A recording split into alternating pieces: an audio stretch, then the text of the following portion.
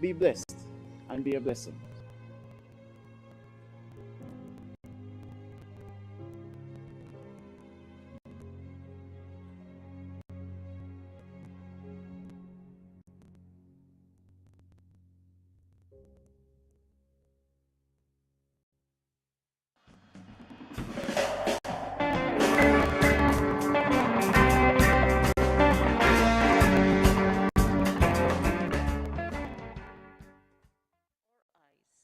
And laying aside all private interests, prejudices, and partial affections, the result of all our counsels may be to the glory of thy blessed name, the maintenance of true religion and justice, the safety, honor, and happiness of the Queen, the public weal, peace and tranquility of the island, and the uniting and knitting together of the hearts of all persons and estates within the same, in true Christian love and charity, one towards another, through Jesus Christ our Lord.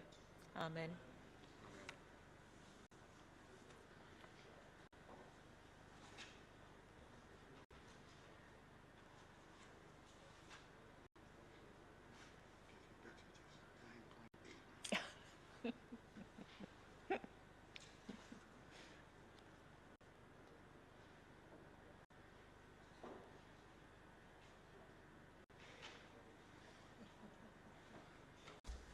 The house may be seated.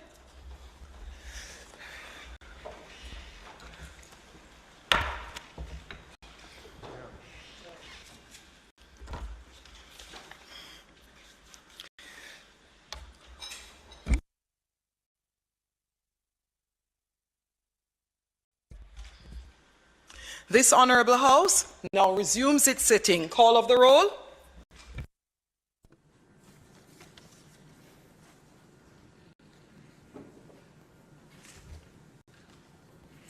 Mr. Bartlett, Mr. Holness, Dr. Clark, Dr. Chang, Mr. Montague, Mr. Shaw, Mr. Samuda, Ms. Grange, Mrs. Williams, Mrs. Mallow-Fort, Dr. Tufton, Mr. McKenzie, Mr. Chuck, Mr. Vaz, Mr. Warmington, Mr. Charles, Mr. Green, Mr. Morgan, Mr. Hutchinson, Mr. Terry Long, Ms. Smith, Dr. Dunn, Mrs. Cuthbert Flynn, Mr. Main,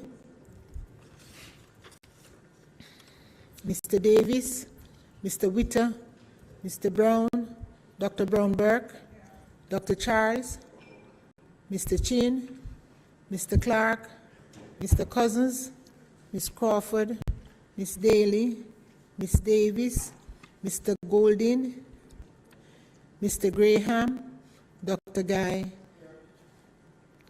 Ms. Hamilton, Ms. Hannah, Mr. Henry Kitts, Mr. Henry, Mr. Hilton, Mr. Jackson, Mr. Lawrence, Ms. Lee,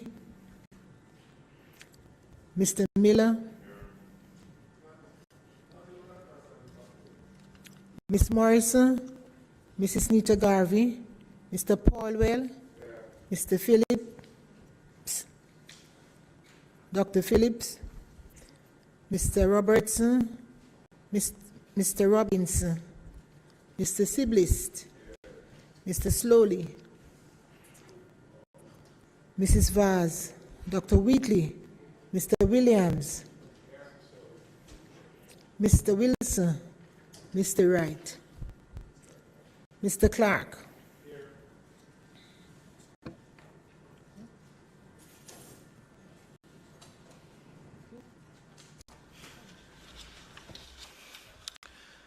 we have a very long list of items for today's session.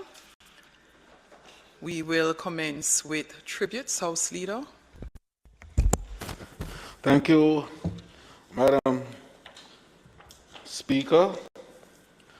Madam Speaker, there are two former members of this Honorable House who made their exit to another place over the last few weeks.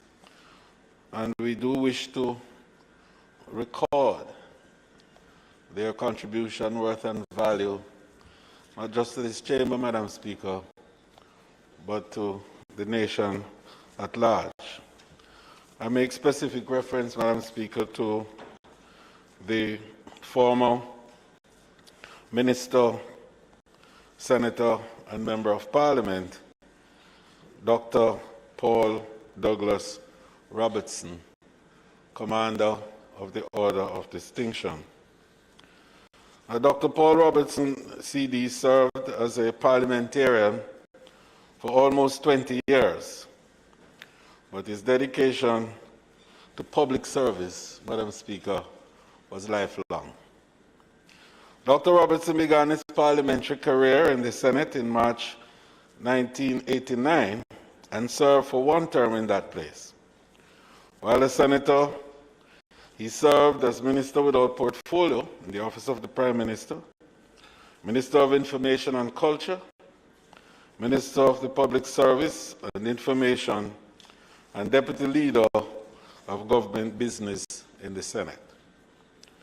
The remainder of his parliamentary life, Madam Speaker, was spent in this House, where he gave the representation to the people of St. Catherine Southeastern from 1993 to 2007.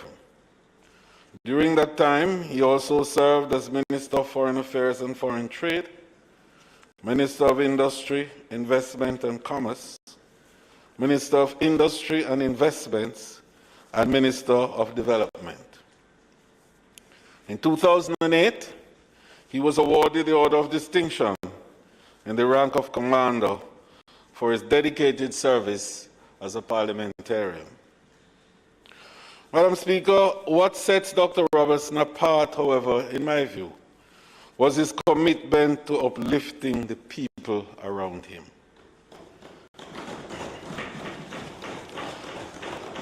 Dr. Robertson, or Dr. Paul, as we affectionately call him in our circles, he and I, having served on the then Electoral Advisory Committee, which is the forerunner to the now Commission, in the early days of its formation. And, he was so warm and friendly and had such an infectious smile, that he always had a little line for us each time we meet that would break the monotony of the drudgery, in fact, Madam Speaker, of having to pore over, reams and reams of paper and document relating to electoral matters. Dr. Robertson indeed was dedicated to education and taught at the secondary and tertiary level. Moreover, Dr. Robertson served as the chairman of the Jamaica Movement for the Advancement of Literacy. I don't know how many of us remember Jamal in those early days. It now has morphed into the Jamaica Foundation for Lifelong Learning, which is so critical today. I really remember Paul as being truly such a congenial person. He was a friend to all. And we certainly will miss his contribution, certainly in the broader space, but most definitely we have been missing that in this Honorable House and the other place. We want to extend, therefore, our most sincere condolences, Madam Speaker, to the Robertson family and the extended family as well, and even those in the former constituency that he served so well. May his soul rest in peace, Madam Speaker, and light perpetual shine on him.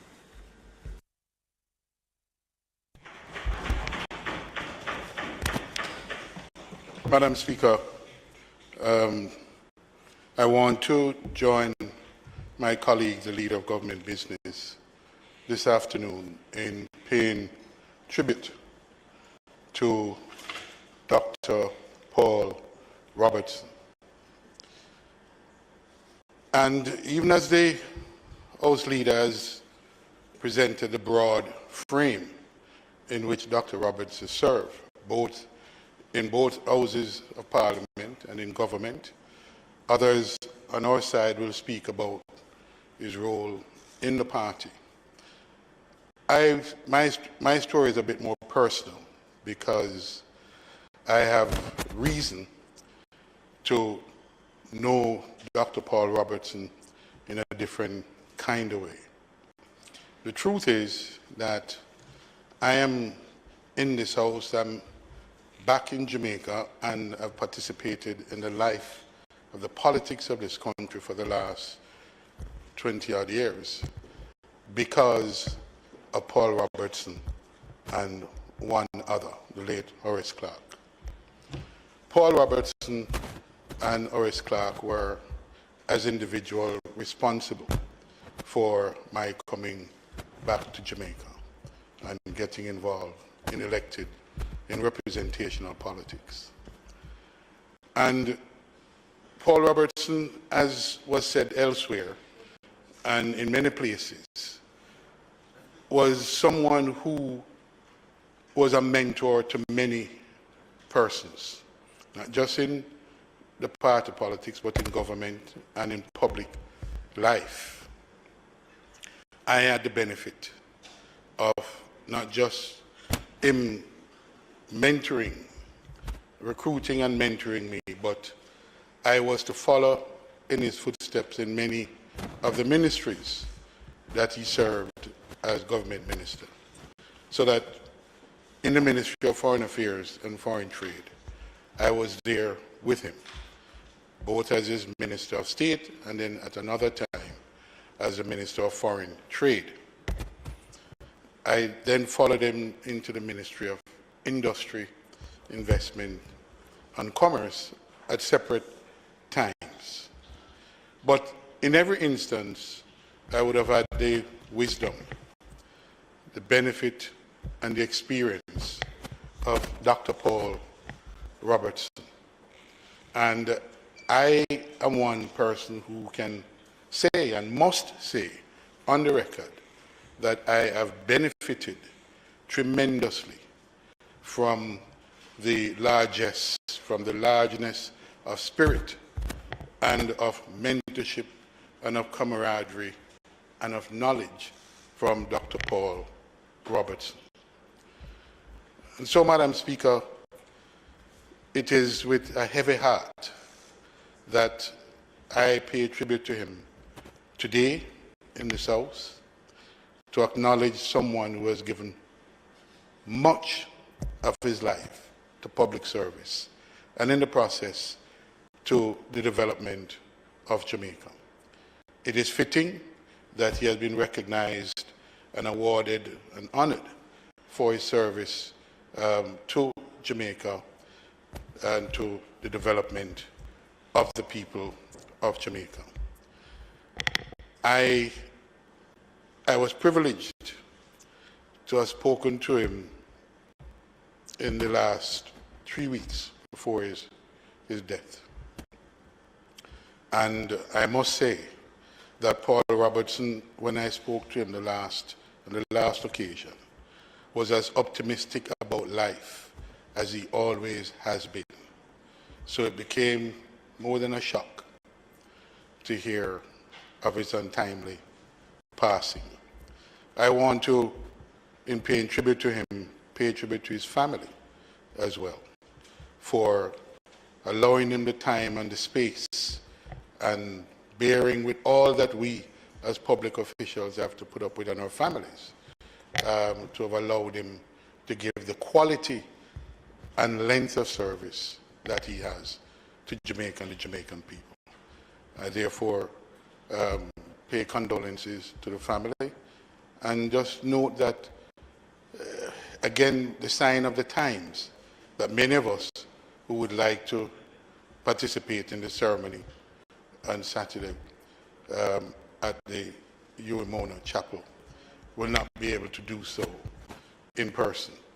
And as soon as that can be lifted, we'll be all better off for it, because we need to pay homage in an appropriate way to some of our icons and some persons who have served us well. But my condolences, and long may his memory live, and Godspeed to Dr. Paul Robertson. Member Paulwell. Thank you, Madam Speaker, and having regard to the presentation that we are awaiting, I will try to be brief in the circumstances. But, Madam Speaker, I met Dr. Paul when I became a member of the greatest institution in the Western Hemisphere in 1983. And at that time, I was quite surprised because when you would see Dr. Paul on TV, he was larger than life, and you thought his physical presence was the same. So when I met him for the first time at a conference, I was surprised at his size, but I was very impressed with his delivery. I next met him after that first conference later in 1983 when I snuck into a PNP NEC meeting. I was not a member of the NEC, but in those days the rules were a little less stringent. And it was in December 1983, a very significant time, because Paul was embroiled in an issue that forced a general election to be called in 1983, and I was present when that historic decision was made not to contest. I was very impressed with Paul's delivery, with his support for his party leader, the position that was taken, and the way he defended the position of the party, the principle that was being enunciated. And so I have had those experiences with him, and I've always found him to be somebody whose word you could rely on. My next major involvement with him was when he became my boss, because it was he that the Prime Minister had asked to try to convince me, I who was earning massive salary and in a very safe and protected job at the Fair Trading Commission, was asked to come and serve in the government. And we had to negotiate. And I think all of those negotiations, I think from those days we have stopped seeing the appointment of parliamentary secretaries, because that would have been a little bit below where I was coming from. And I became his junior minister. And it also represented the first time that a junior minister was no longer seen as the assistant to the minister, but rather being given specific portfolio responsibilities. And I think that tradition has continued, and it goes to show how secure Paul was and how confident he was that he could have afforded a young upstart specific responsibilities in a very important and dynamic ministry. He was legendary in his commitment to this country, his commitment to his party, and his support for his leader. One day, Madam Speaker, we were at a function. The ministry was involved in a major promotions function, investment function, and we were there awaiting the arrival of the Prime Minister. And we were well dressed as I am now. Yes. And when I looked at Paul, having arrived there fully dressed, I saw him removing his tie, take off his jacket and throw it aside, and was looking quite relaxed. I said, Paul, what is happening? He said to me, don't you see the Prime Minister? You see what he's wearing? You want to be fired? He did not want to outdo his Prime Minister. And immediately I had to do some unbuttoning because I couldn't outdo my minister. Such was the man. You know, Madam Speaker, I could go on and on. But I want to end on a personal note, because there are so many Jamaicans who have served in this life of politics. And invariably, because of the work and because of how we treat each other, there's always a stain that seems to attend the profession. And many of them, I have been in the cabinet and have seen decent people, honest people who have served, and they retire because of that service, not well off. And I want to remember those in particular who are not well physically, who, and in fact, even present, their colleagues in this house. But I want to in particular remember those who are no longer here, who are not as they used to be, because age and aging is a process that will rob us of those attributes that we had before. And of course, there's one in particular that I will always want us to reach out and pray for. That's our former Prime Minister, the Most Honorable Portia Simpson Miller, at this time. And to extend that to Dr. Peter Phillips, who we all know is also going through his challenges, and indeed others who have been through those challenges. We want to bless them and to wish that their lives, experience will be further strengthened by good health. And Madam Speaker, in relation to Dr. Paul, to say to his family, we thank you for allowing him to serve us in this way. And to him, may his soul rest in peace and light perpetual shine on him. Thank you. Opposition Leader, if you don't mind, I would ask Member Robert Miller to speak first. Dr. Robertson was from his constituency, and then allow you to close as Leader of the Opposition. Or Angela Brown-Burke, and then allow you to close as Leader of the Opposition. Thank you, Madam Speaker. I would have sat here and listened to the tall resume of Dr. Paul Robertson. I was privileged to have met the man. The first time I met him was at the great high school, Bridgeport High School, within the constituency of Southeast St. Catherine, where Dr. Paul Douglas Robertson served as Member of Parliament. I later had the privilege of meeting him in person.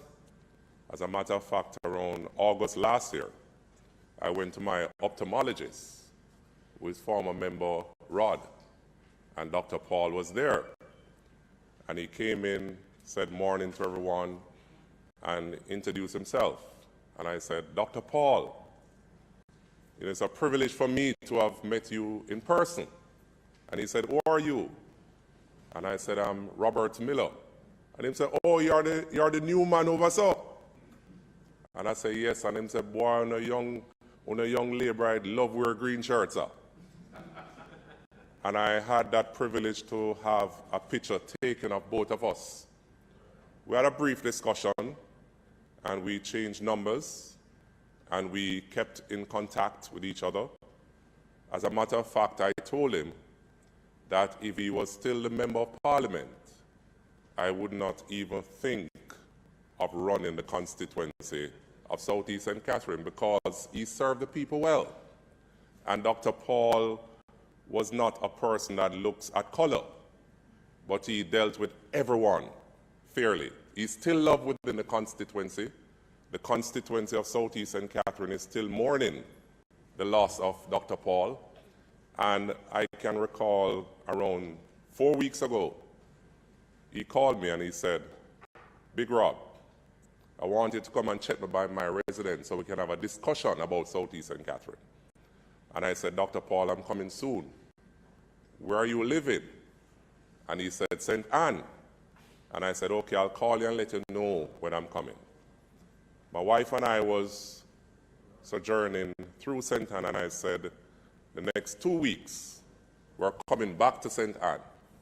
to pay a visit to Dr. Paul Robertson.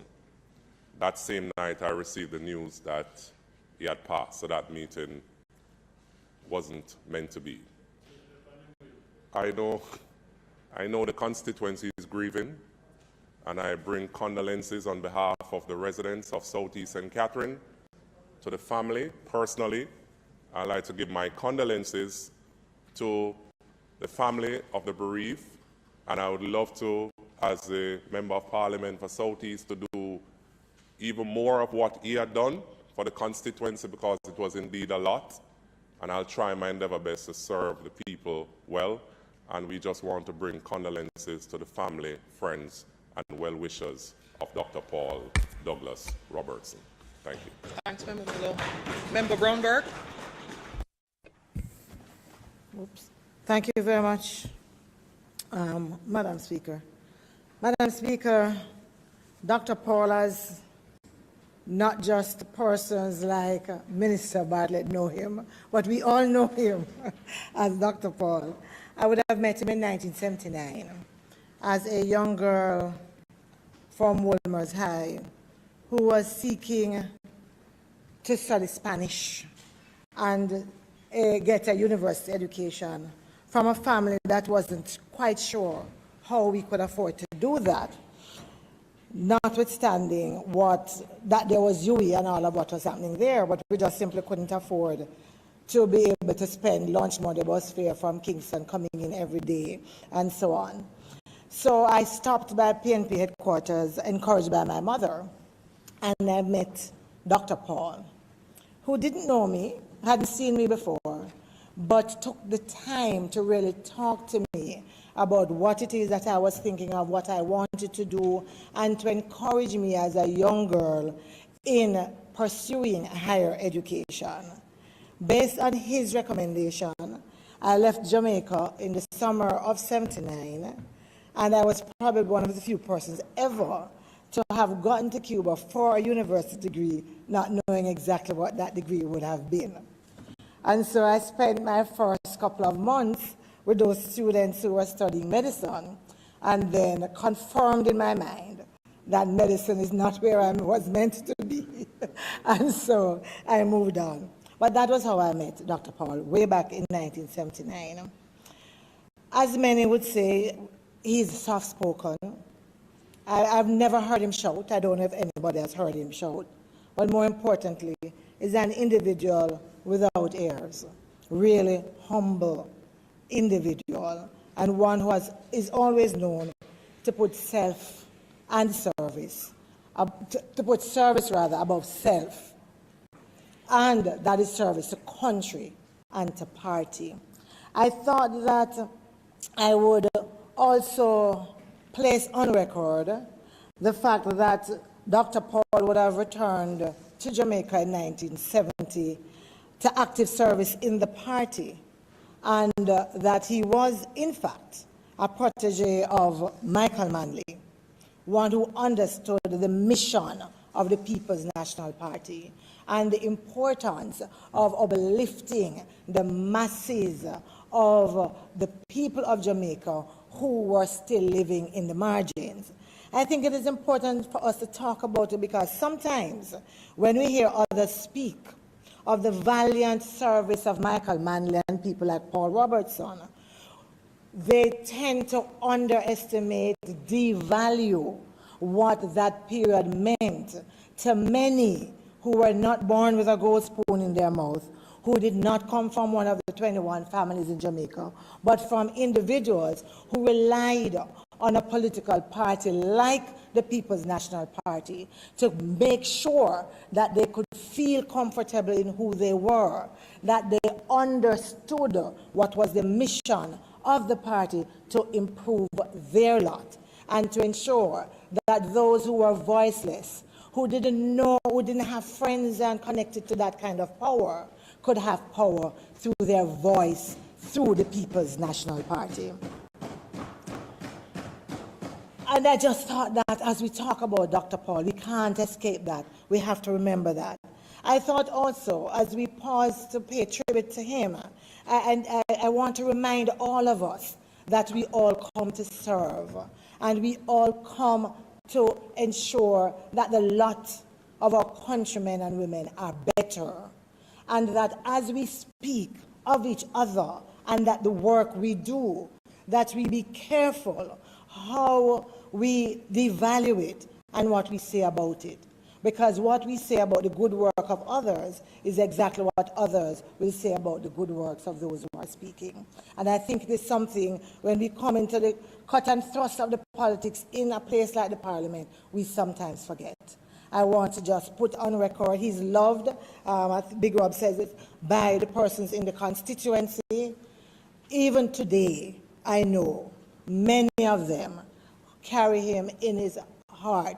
As individuals go for the viewing today, which we are unable to go since we are here, I just want to place that on record and to also place how much we thank the family for having provided, given him the space and time to be able to contribute as much as he did. May his soul rest in peace and light perpetual shine upon him.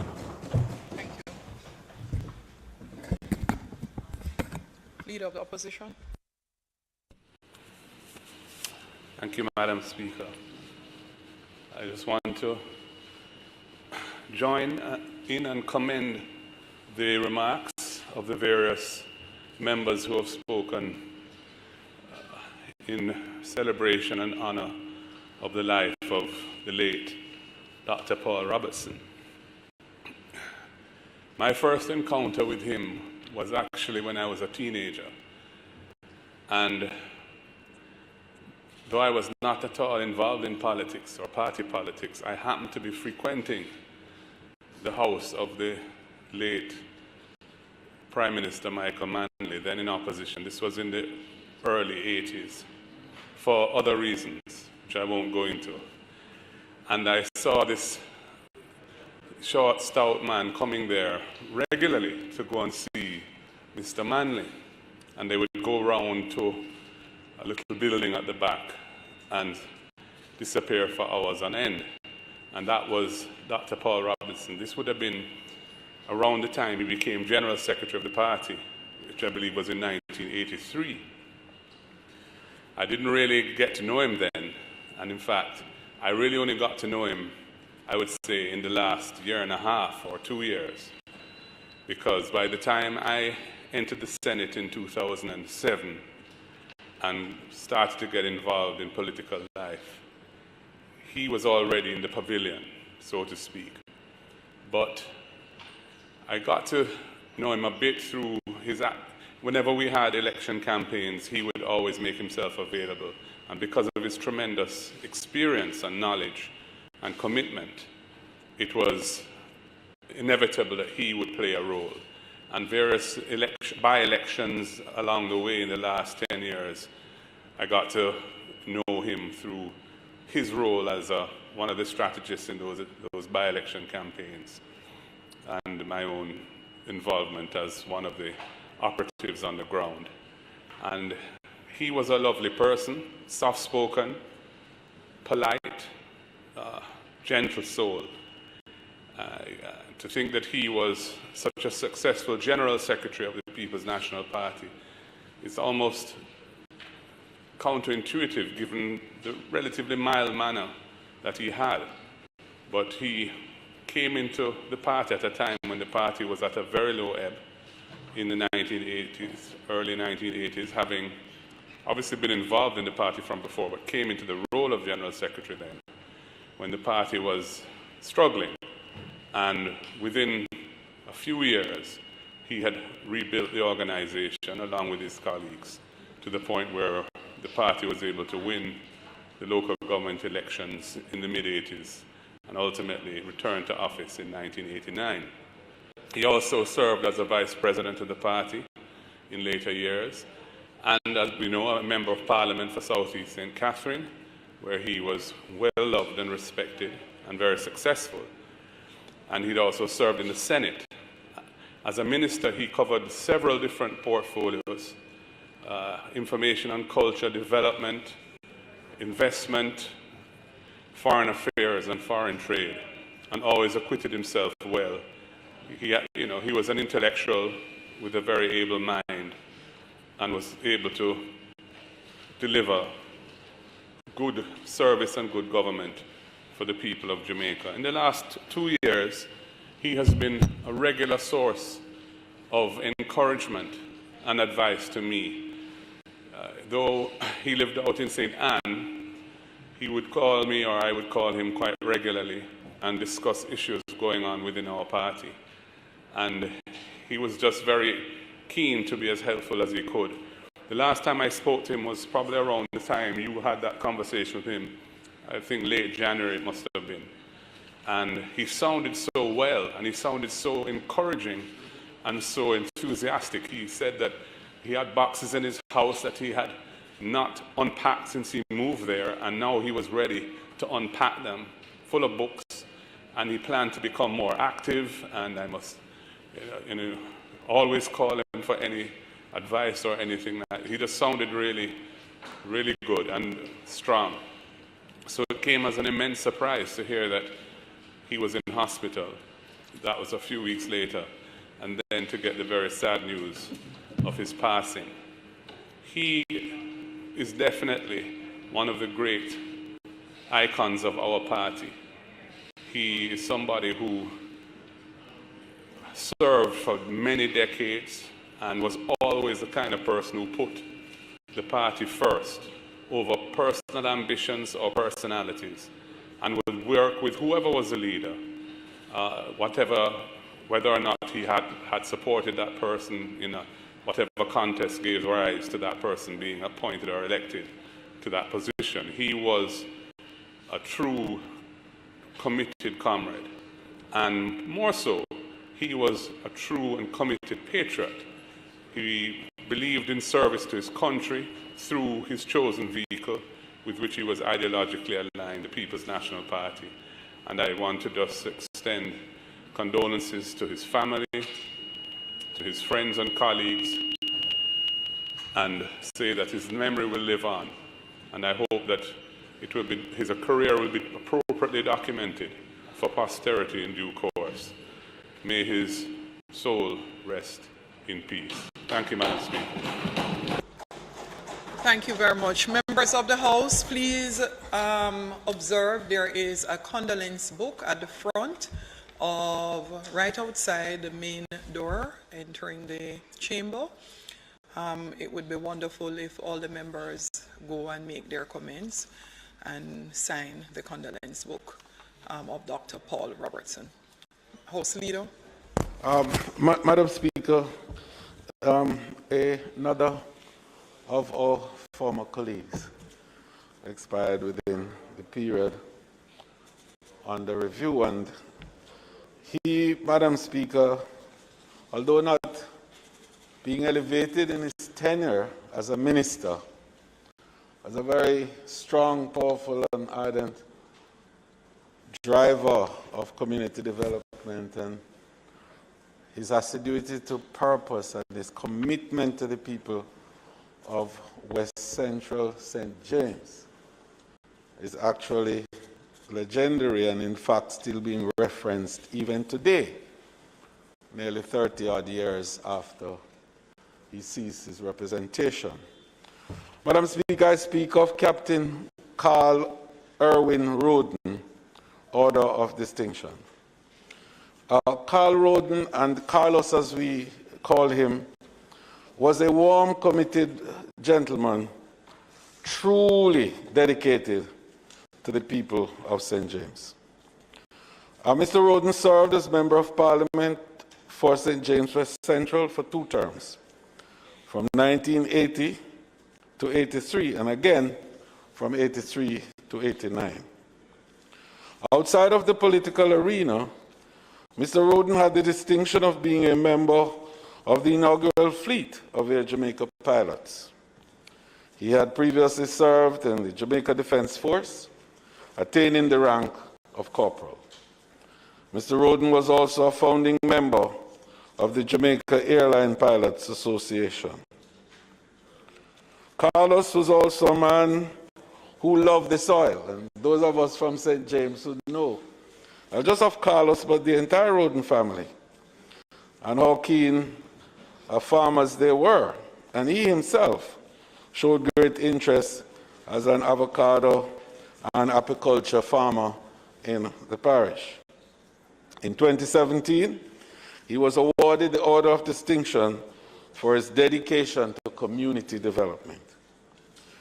I remember serving, Madam Speaker, with Carlos in the heady days of the early 80s, and he was one of those very ardent MPs who took the trouble to travel long distance and to be in Parliament on time, a feature which, Madam Speaker, we have sought to emulate in recent times.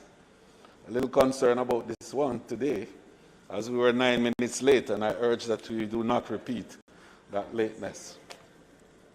But, Madam Speaker, Carlos had such an infectious personality. You know, for one thing, he was tall and strong, and you know, and he had all the presence that, you know, masculine strength dictates from time to time. When he walked into an area, you knew that Carlos Roden was there.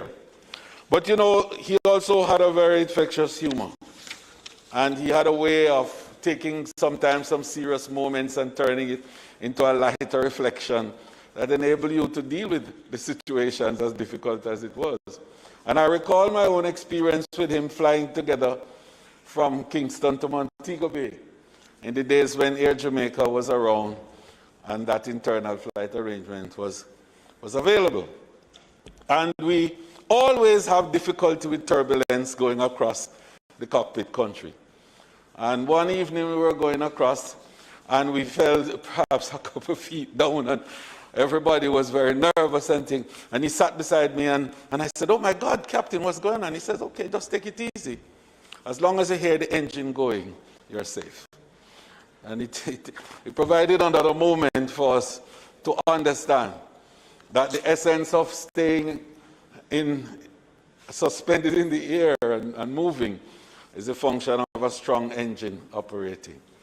And so we learn from him so much in our time as to how to deal with situations such as those.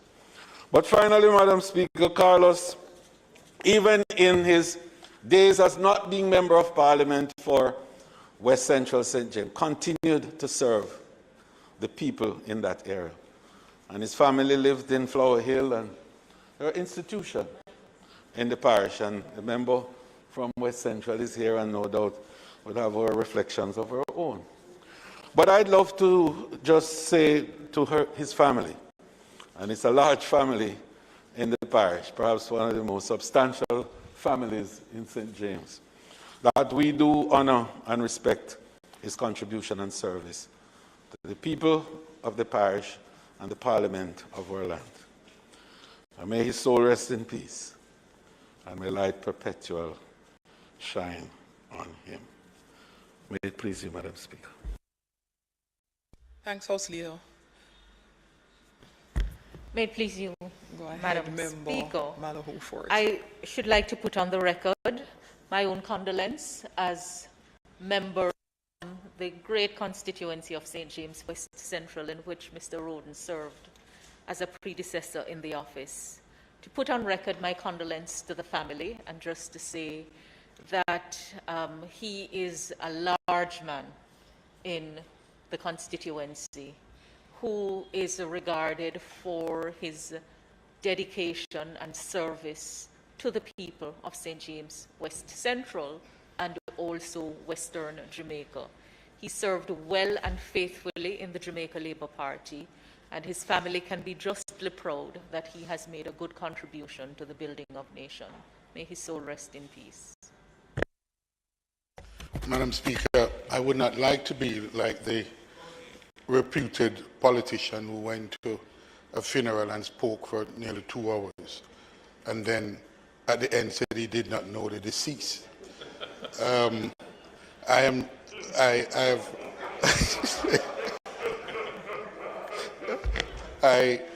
did not know the former Member of Parliament. I've heard of him, obviously, and I think in the spirit of what we've been doing today, that anyone who has had the privilege to serve the people of Jamaica in this honourable house and in other areas, but certainly speaking for this house, that their contribution, their service, recognized and honoured. And I'd like to join the Member of Parliament for West Central in wishing and paying condolences to the family and wishing them well.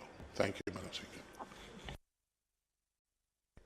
So, Madam Speaker, it is customary, of course, that this honourable house would send written condolences to the family and no doubt to include the tributes that have been paid here today. And just by way of information, Madam Speaker, that an official funeral has been accorded to the former Minister, Dr. Paul Robertson, and will be on March 12th at the University Chapel at 1 p.m. The leader of the opposition business did indicate the limitations, but I think that our hearts and soul could be there with him in the phrase of the time, being present apart. May his soul rest in peace. Members of the House,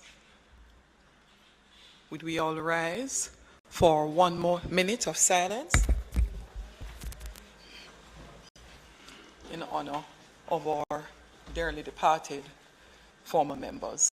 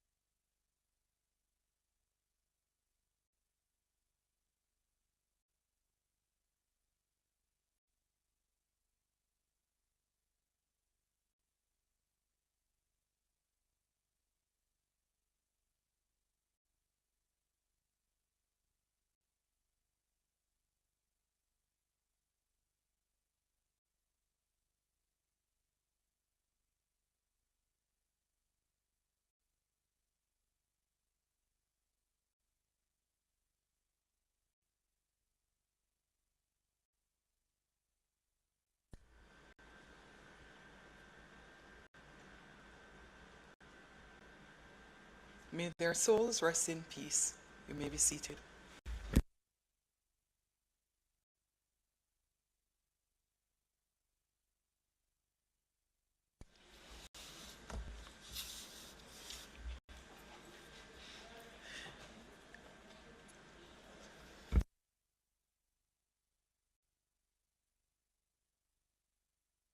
So we will recommit later. Statement by ministers. We will move to announce. House Leader. Thank you, Madam Speaker. Madam Speaker, the intention today is to proceed with the normal arrangements of the House, but to have a recommittal at a later stage on statement by ministers, so as to allow the Minister of Health to make a statement and also to deal with other matters relating to public business. But, Madam Speaker, that we would proceed through the normal run and have the Minister who is in the wings, a long wings, a big wing that perhaps has no end.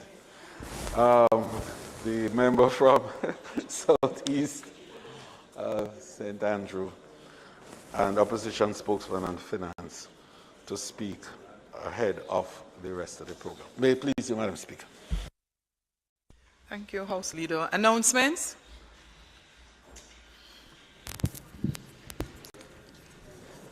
Laid on the table of the House today are the following.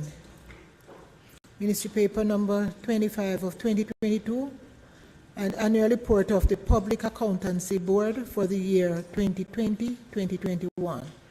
The National Minimum Wage Amendment Order 2022 and its resolution, and the Minimum Wage Industrial Security Guards Announcement Order 2022 and its resolution. Both of these come under the National Minimum Wage Act. Appropriation account for head 1,000, Office of His Excellency the Governor General and Staff for the year 2016-2017.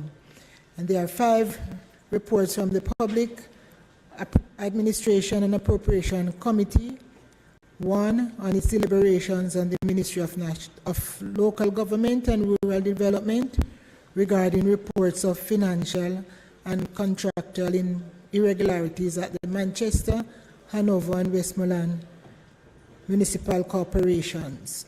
2 on its deliberations on the Ministry of Industry, Investment and Commerce. 3 on its deliberations on the impact of the coronavirus COVID-19 pandemic on the tourism sector. 4 on its deliberations on the conflict resolution initiatives of the Ministry of Justice, and 5 on its deliberations with the Ministry of Agriculture and Fisheries on the coronavirus COVID-19 measures to revive the sector. 5.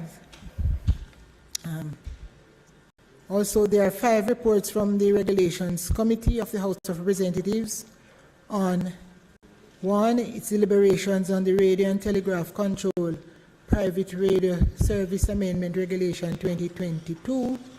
2, its deliberations on the Radio and Telegraph Control Maritime Mobile Radio Service Amendment Regulations 2022.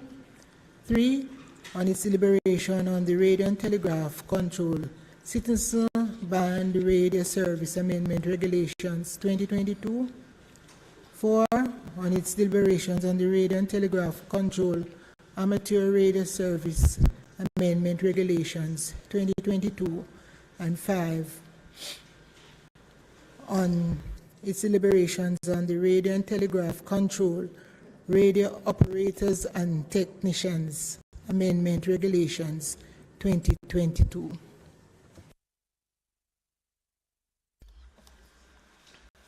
Bills brought from the Senate, petitions, reports from committees. Madam Speaker. Member Whittle. Member Whittle. Madam Speaker. House Leader. My time to intervene. Madam Speaker, there are lengthy items on the agenda. The order paper suggests that we be kind to the opposition spokesman on finance, and so I ask that we suspend these other areas in favor of making the member gets his opportunity to speak, and we will take them afterwards, Madam Speaker. May it please you. Absolutely. Notices of motions given orally, questions and answers to questions, motions that may be made at the commencement of public business requiring notice, motions relating to the sitting of the House, motions for leave to introduce bills, presentation of bills without leave of the House first obtained, public business. Madam Speaker, at this point in public business, I move for the continuation of the debate, the financial debate on the budget and the appropriations expenditure as tabled. We had a very inspiring presentation from the Minister of Finance on Tuesday. And today, Madam Speaker, I invite you to have the presentation from the member from St. Andrew Southeastern, Mr. Julian Robinson. May it please you, Madam Speaker.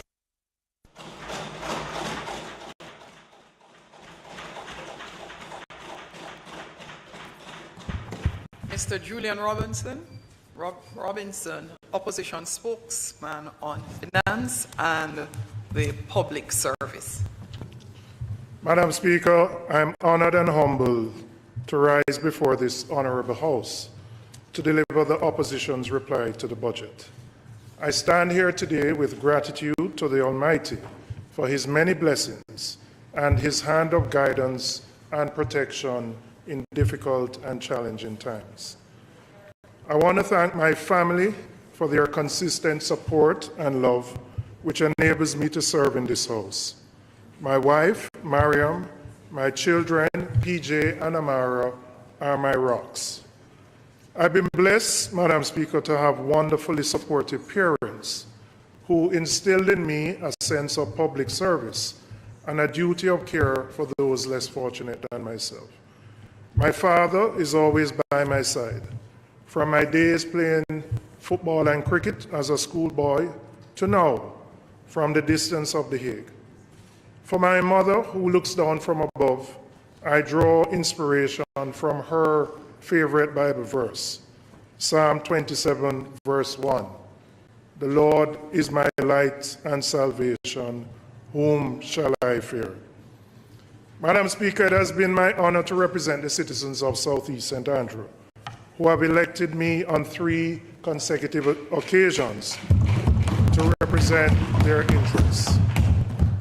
I continue to be humbled by the responsibility they have charged me with, and I will continue to represent them with dignity, integrity, accountability, and transparency. I thank the constituency team, and many of them are here, whose commitment, dedication, and service has enabled me to stand here today. I also recognize with gratitude the members, workers, and delegates of the People's National Party, my colleague members of Parliament in this House on both sides, and specifically my party president, Mark Golding, for the confidence reposed in me. And Madam Speaker, when the toil is heavy and the campaign is long, I soldier on, inspired by the sacrifices of the Jamaican worker, the nurses, doctors, and other healthcare workers who risk life and health to keep Jamaica safe during COVID, our police officers and soldiers who protect us from evil, our teachers, our entrepreneurs and business people who find ways to make it happen even in the most adverse conditions. Indeed, Madam Speaker, all the people who work, whether you sign in or run your hustle, I see you, I respect you, I thank you. Madam Speaker, my contribution to this budget debate is within the context of a Jamaica that is at a critical moment in our own story and in the story of the world. This year marks 60 years as an independent nation, our Diamond Jubilee. Never have we faced as many complex challenges globally and locally. But Madam Speaker, never have we had so many opportunities made available to us as a nation to change course and seriously pursue the growth that has eluded us for decades. There is a Chinese character that has a double meaning: crisis and opportunity. This moment in our history represents both. What is important is how we move forward. To navigate our way through the world we live in today, to position our people to fully achieve their potential, and to achieve the elusive growth we so need and desire, we as Jamaicans need to make some serious decisions about where we are going. We have 60 years of charting our own path to learn from our own mistakes and from others. We now have to decide. Is it okay that 50% of school leavers can barely read? There are the haves, those students who could afford to access education online, and the have-nots, the vast majority who neither had device nor internet access. Are we satisfied with a Jamaica in which COVID has amplified those educational inequalities? How long can our nation survive in a rapidly digitizing global economy without investing in our people or providing the resources to enable and empower digital entrepreneurs? Are we satisfied with using our athletic success, or reggae and dancehall music, indeed our entire cultural heritage, as what I would term a poppy show, enough to play for tourists and for advertisements, but not important enough to make serious investments in? How long do we plan to cast off dancehall culture, only to hug up and celebrate individual successes when they are recognized abroad? Are we fine cowering in fear in our homes, locked behind grille gates, or crouching under the bed to duck gunshots? Is it okay that law-abiding citizens are paralyzed by the fear of crime and violence, and that our murders continue to climb? Is a Jamaica where corruption and mismanagement going unpunished, where there is unequal treatment of the powerful and well-connected versus the poor under the law, really a place where we want to live, work, raise families, and do business? Are we satisfied with being a nation where there is significant wealth in the hands of a few, but where the majority struggle each day to make ends meet? Madam Speaker, the challenge for us as leaders today is clear. How do we narrow the gap, and how do we uplift the majority of our people? Madam Speaker, the Jamaica we all want to live in can exist, but it takes inspired, creative, honest, and accountable leadership with policies that are people-centric, progressive, and just. Madam Speaker, when the budget documents were tabled in February, I raised questions about the credibility of the assumptions in the budget document. I listened carefully to the minister 2 days ago to see if he would make any adjustments to these assumptions. He did not. I therefore have to question the assumptions on which this budget is based. Madam Speaker, our budget is an income and expenditure plan, which is based on a set of assumptions. Meeting the targets outlined in the budget depends on these assumptions. When the budget assumptions are not in sync with the local and international environment, they amount to unrealistic promises which cannot be kept, which will lead to more poverty and frustration for ordinary people. When the minister presented his budget on Tuesday, there was a full-fledged conflict in the Ukraine. Will the minister come to us in a couple of months with a supplementary budget? And why not just make the adjustments now so that we can anticipate the challenges that we will face in a couple of weeks? Madam Speaker, the budget as laid out by the minister may balance the books, but it will do so on the backs of the Jamaican people. As an example of what I would consider one of the questionable assumptions, the oil price forecast on which this current budget is based.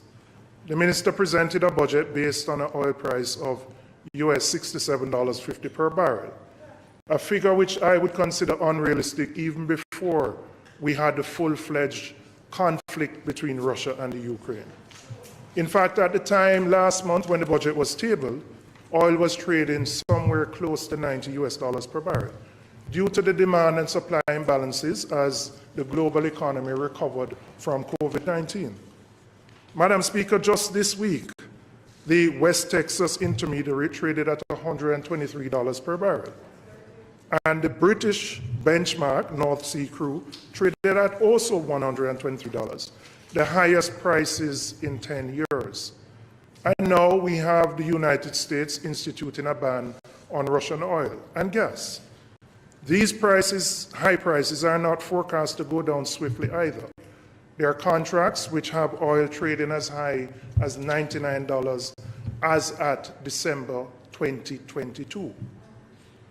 Globally, Madam Speaker, Russia is the third largest oil producer and the largest oil exporter, producing some 11 to 12% of the world's global oil output.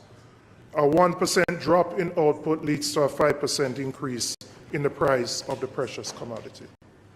Now, last year, when the government projected oil for the fiscal year 21-22, they projected $45 per barrel. Based on the government's own estimates, oil will end up at $73 per barrel. This is more than 60% higher than the amount which was projected. But of note, the projection for the new fiscal year of $67.50 is lower than the estimate which the current fiscal year will end up at, which is $73. Madam Speaker, given the global challenges that we face, this simply does not make sense. The minister needs to explain the variance between the ministry's own projection of $67.50 and Petrojam's projection of $79.36. In their public body's document, both of which were tabled in the House on February 10th. In any event, Madam Speaker, while oil prices may not remain as elevated now for the entire fiscal year, it is highly unlikely that these prices will fall to the average of $67.50 during the upcoming fiscal year. Madam Speaker, oil has a snowballing effect on all prices in an energy-intensive local and international environment.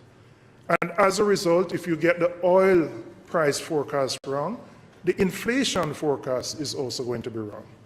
And higher than projected oil prices will have a negative impact on our trade and current account deficits. While the higher oil prices will allow the government to collect more revenues from the taxes on petroleum products, the inflationary impact of higher oil prices on businesses and consumers will result in a fall in real disposable income. Therefore, businesses and consumers will have less money to buy other goods and services after paying their light bill, their gas bill, and their water bills. Getting the inflation target wrong means that the country will have to find more money to service debt. And I believe that the projection of 5% for next fiscal year is way off target. Our inflation rate point to point was in January at 9.7%, before the estimates were tabled. And when you look at the rates of our major trading partners, they are also at record high levels. The US, 7.5%, the UK, 5.4%, the EU, 5.1%, and Canada, 5.1%. The conflict in the Ukraine and the accompanying sanctions are going to increase the global supply chain bottlenecks, and that in conjunction with higher energy prices will continue to drive inflation higher for most of this year. Jamaica's debt is extremely sensitive to changes in both the exchange rate as well as changes in our interest rates. And this is amply demonstrated in the medium-term debt management strategy document, which was tabled in the House last month. Madam Speaker, that document tells us that a 1% decrease or depreciation in the exchange rate leads to a $13.6 billion addition to the debt and $673 million to the interest cost, which results in a total increase of $14.3 billion. A 1% increase in interest rates adds $2.4 billion to the cost of servicing domestic debt and $4.1 billion to the cost of servicing external debt, resulting in a total cost of $6.5 billion. What this means is that if these increases take place, this money will have to be found from the budget. It means either a reduction in planned expenditures or reallocation of monies from other activities. The debt management strategy also explains the country's vulnerability to changes in the exchange rates and interest rates, and why the central bank's current policy of increasing interest rates to contain inflation will lead to higher than program debt servicing charges, which cannot be absorbed by the budget. When this question arose at Standing Finance Committee, the Minister indicated that there is space to treat with this. I'm not sure where the space is. I don't know if it is in the contingency budget or where it will come from, or whether we anticipate that the higher revenues we'll earn as a result of the high oil prices and inflation will offset these additional debt servicing charges. Higher than projected oil prices will also create greater demand for foreign exchange, as more money will be required to purchase the same quantities of oil. This is likely to create more pressure in our foreign exchange market, which will have an inflationary impact if there is depreciation. Madam Speaker, in an attempt to moderate inflation, the Bank of Jamaica has raised interest rates 4 times since last year. This has moved interest rates from a low of 0.5% in September last year to 4% in February this year, an increase of 350 basis points. The BOJ has signaled its intention to continue to use monetary policy and interest rates to bring back inflation down to the 4 to 6% range. It is expected, therefore, that if inflation remains above the target range, the Bank of Jamaica will continue to raise interest rates. While I focused on the impact of the increased rates on debt servicing charges and the budget, I have to bring to your attention the impact on economic activity.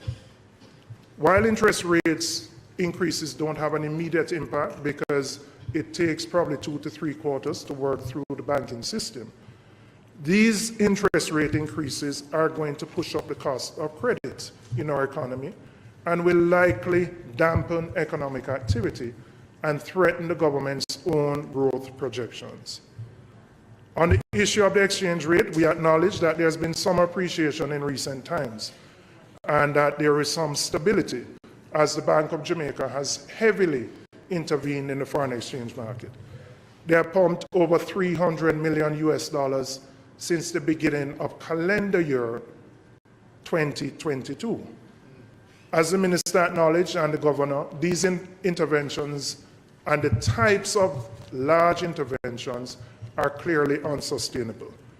And there is the potential that once these interventions cease, that there will be more pressures in the foreign exchange market. Madam Speaker, given the change in realities of the local and international environment, as well as the additional burden that will be faced by the Jamaican people as a result of the conflict in the Ukraine, we are recommending that the government recrafts the budget to meet these realities.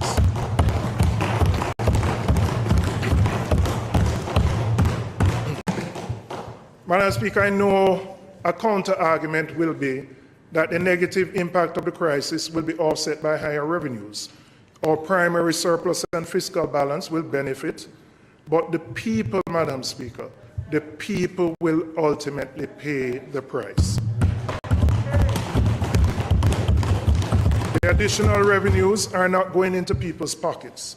They will offset the increased debt servicing charges, and we will benefit from higher than projected inflation and the possibility of depreciation. So those things will bring in more revenues, but those monies are coming out of the pockets of Jamaicans. Madam Speaker, as our former Prime Minister, the most Honorable Portia Simpson Miller, would say, the budget is not just about balancing the books, but also about balancing people's lives.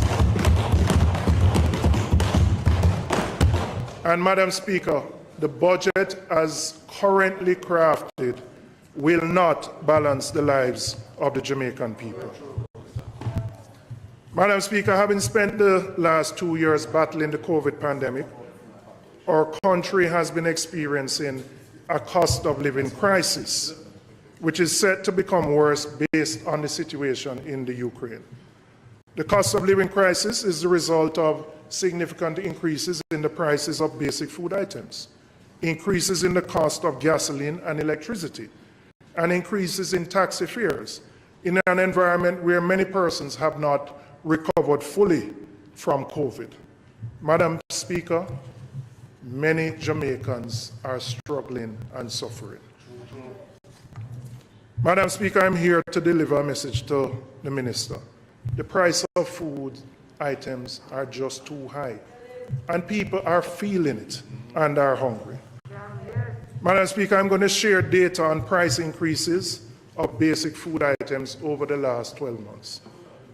Now, when I came last year, I made a similar presentation, and my colleague, the Minister, took me to task because I used data from in the street, from retailers, and not official government data. This year, I have the official government data. I have the information from the CAC. But, Madam Speaker, whether the data is from the street or whether the data is from the CAC, the data says the same things.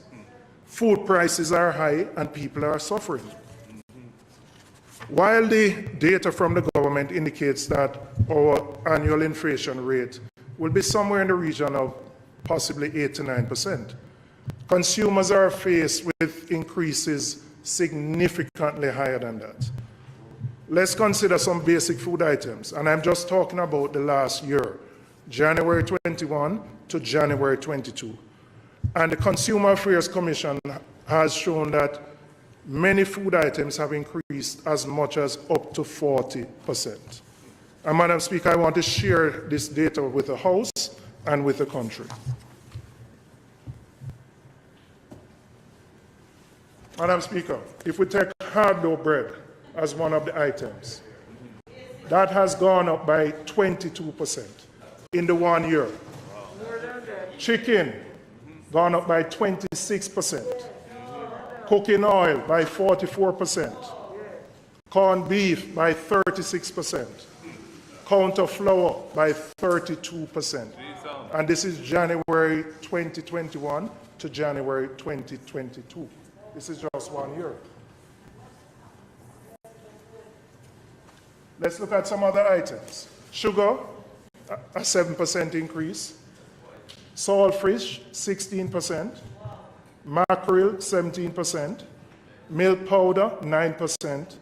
And rice, 38%. Rice, 38%. Huh? So, Madam Speaker, what we are looking at, Madam Speaker, are what you consider the basic food items which most Jamaicans have to consume, and particularly individuals who are in the lower socioeconomic groups. And Madam Speaker, you will notice I don't have chicken back on this because the CAC doesn't track the prices of chicken back. But that is also a protein which has increased significantly as well. Madam Speaker, when we look at these increases, how do we expect people who earn the least to do the most basic things for their survival, which is to eat? How do we expect working people to maintain their health and their dignity when they can't afford to feed themselves and their families? How will children learn? Madam Speaker, the government needs to narrow the gap and uplift our people. There are simply too many people who are struggling to make ends meet. Last year, Madam Speaker, I spoke about food poverty. That reality is being faced by many of our people. And I want to just emphasize, these prices are January 2022. In the last 2 months, so it wouldn't have captured, for example, the further increases in chicken, the increase in flour, and other items that have increased since January, because the survey in January would have picked up from December prices. So even these prices, as of today's date, would be higher and will continue to climb. Madam Speaker, the Russia and the Ukraine together account for 25% of the world's wheat production. So while we focus on oil, as we should, and the impact of oil, they combine a quarter of the world's wheat production. So flour is going to go up more, which means that bread going to go up, bulla, crackers, dumpling, patty, which used to be poor people food, is now $220 for a patty. And there was a time when you could say you could have buy 2 patty and a box drink as poor people food. You can't do it anymore. In fact, the 2 patty and a box drink, you might as well buy a box food. But last year, you could have probably buy, the coffin box. This year is only the burger box you can buy. The reality, Madam Speaker, is that you are getting less and less as the inflation impacts the Jamaican people. Madam Speaker, 2 days ago, the minister made a dramatic announcement. No new taxes. No new taxes. The reality, however, Madam Speaker, is that the government doesn't need to impose any new taxes because it will be collecting a lot more taxes as oil prices rise and inflation skyrockets. To the ordinary Jamaican, the effect of the increases in everything from food to electricity to gas at the pump feel the same way as a new tax. So if you call it maca or you call it prickle, it'll go joke you the same way. The same joke. It's the same joke. As oil prices rise, the government collects more taxes. The ad valorem tax is a variable rate tax, which means it moves with the price of gas. It's calculated as 10% of the ex-refinery price plus the special consumption tax. So a higher gas price, so as gas prices increase, there are more taxes that will go into the coffers of the government. And since the budget is based on oil at $67.50, the government will earn a windfall in revenue as oil prices remain above that figure. But, Madam Speaker, it is the poor, the most vulnerable, the working class, and the middle class from whom these taxes are going to be sucked out of.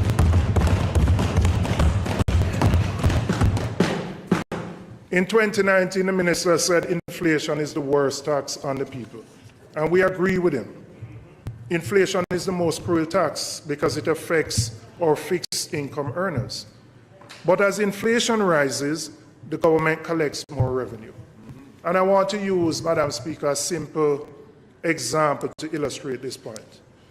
Let's assume this pen cost $100 last year.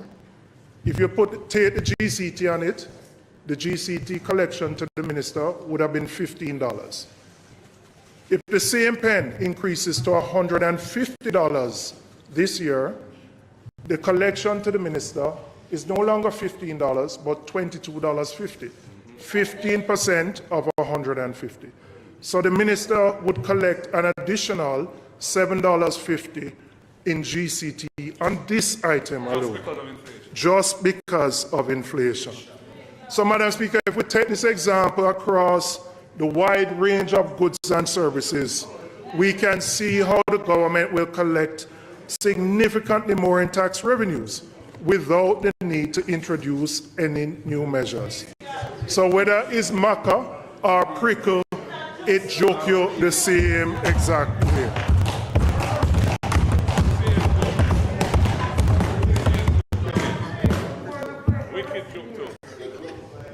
Madam Speaker, part of the reason these increases hurt so much is that while everything has gone up, wages and salaries have by and large remained the same. And generally when they go up, they are not going up at the same pace to keep up with the rate of inflation. For 4 years, our lowest paid workers in Jamaica, the helpers, the auxiliary workers, security guards, and so on, waited patiently for an increase in the minimum wage. The increase to $9,000 is far from what it needs to be. In fact, I would say inflation has already eaten out that increase. On this point, Madam Speaker, I know I have a friend across the aisle in the member from Northeast Manchester, and I don't know if he's hearing me. But in 2015, when he was on this side, he promised that he would increase the minimum wage to $5,000 a year, which works out to be 15,000 Jamaican dollars per month. He promised if his party became government, he would do so. Manayard. But when Manayard got to Hero Circle, he seemed to have forgotten that commitment because there was no increase in minimum wage. And Madam Speaker, we have gone an extended period of time without that increase. Madam Speaker, my constituent, and to maintain her dignity, I'll call her Sharon.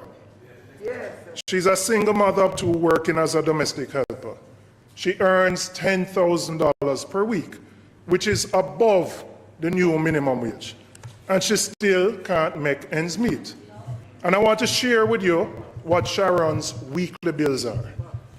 She spends $2,000 a week on bus and taxi fare to get to and from work for herself. For her children, she gives $2,000 a week for them to get to school. She has to give another $2,000 to the children for their lunch money. She spent $1,000 for phone credit and internet. She spent $3,000 on food, $1,000 for electricity, and $2,500 for rent. Madam Speaker, that is 13,500. So she have a deficit. So, Madam Speaker, when you take, Madam Speaker, there are many Sharons. There are Sharons in my constituency. Time for members speaking has expired. House Leader. Madam Speaker, I beg to move that the member's time be extended sufficiently for him to complete his presentation. May I please?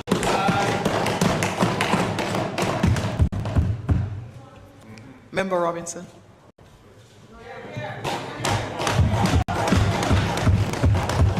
Madam Speaker, there are many Sharons who work every day to just eke out a living.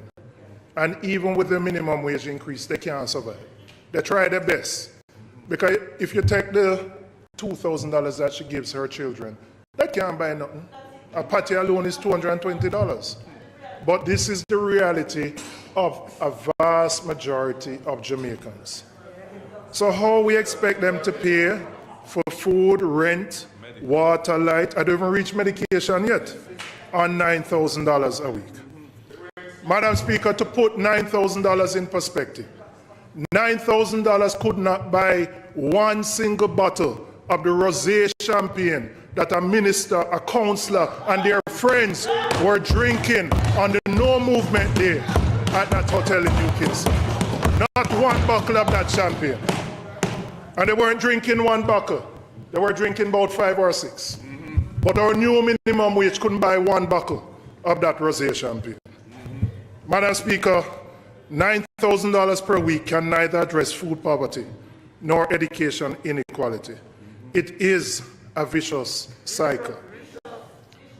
On behalf of the workers of Jamaica, the opposition is calling for an increase in the minimum wage to $12,000 per week, which we believe would better allow Sharon and others like her to meet their basic needs. Now, Madam Speaker, I know the pushback. What about employers? There are people who employ minimum wage earners, and their salaries have been adjusted. And I understand that, and that's a genuine concern. But, Madam Speaker, we may have to look at how we reorder some of our domestic arrangements. So if you have a domestic helper who works 5 days a week, you may have to reduce that to 4. And you allow her a day to go and work somewhere else, where she can earn some more money. Because the $9,000 simply can't allow her to take care of her basic needs.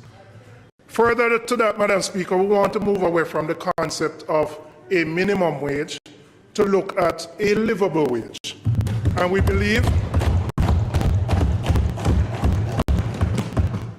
this should be done rooted in economic analysis, looking at the annual price movements, the inflation rate, and a determination of the basket of goods and services consumed by our lowest earners. Madam Speaker, we believe this should be done on an annual basis. Annual basis to protect the most vulnerable workers against the ravages of inflation. So, Madam Speaker, when the minister spoke, he announced his intention to provide some support to families who were feeling the effects of the increased prices. I think it was $200 million to families who were not on PATH or any other program, $250 million in care packages, and another $250 million later on in the year. Madam Speaker, while any relief is welcome, we view this as woefully inadequate to address the nature and the scale of the suffering which exists. And I want to break down what $10,000 means. In Sharon's case, the $10,000 cannot even keep her and her family fed, going to school and going to work, or even to eat properly for 1 week. So while we appreciate, and I know the families will appreciate some assistance, really it will not go very far. And when we look at the totality of the $700 million, that accounts, Madam Speaker, to about 0.03 of 1% of GDP. Not 0.3%, 0.03 of 1%. It is simply not enough. Madam Speaker, one-off payments are only part of the solution. We have to narrow the gap and uplift our people.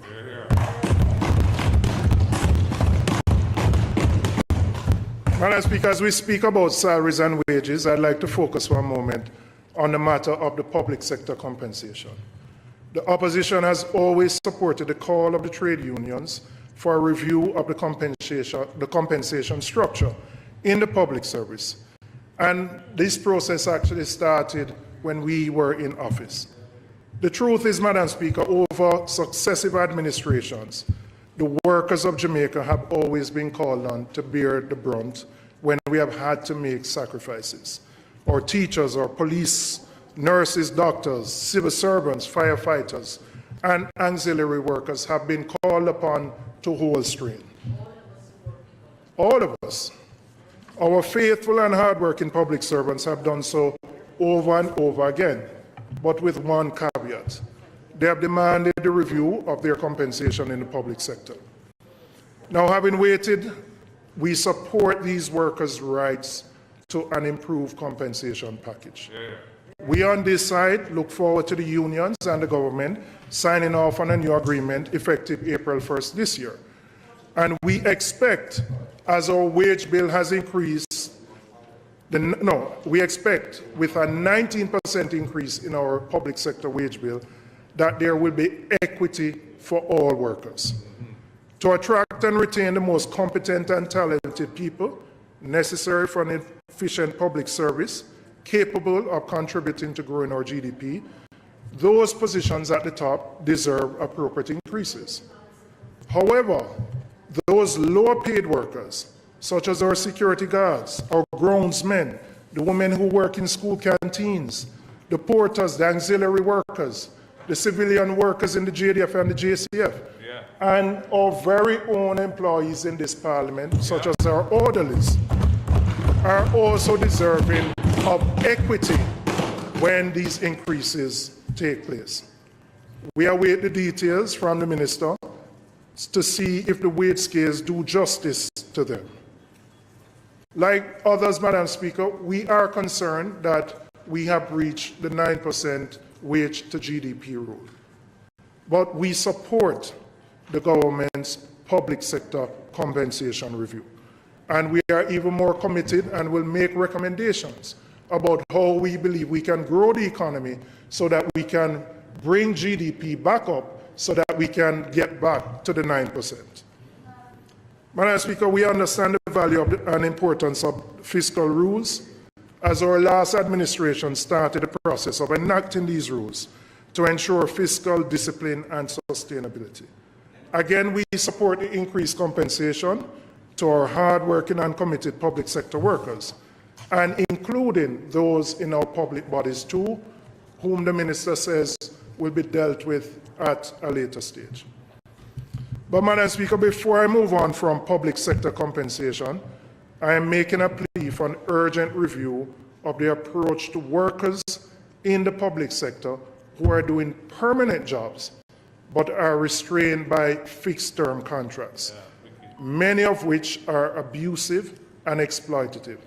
Contract work, that's what I'm talking about. Why deny these workers the chance to earn a pension after years of loyal service?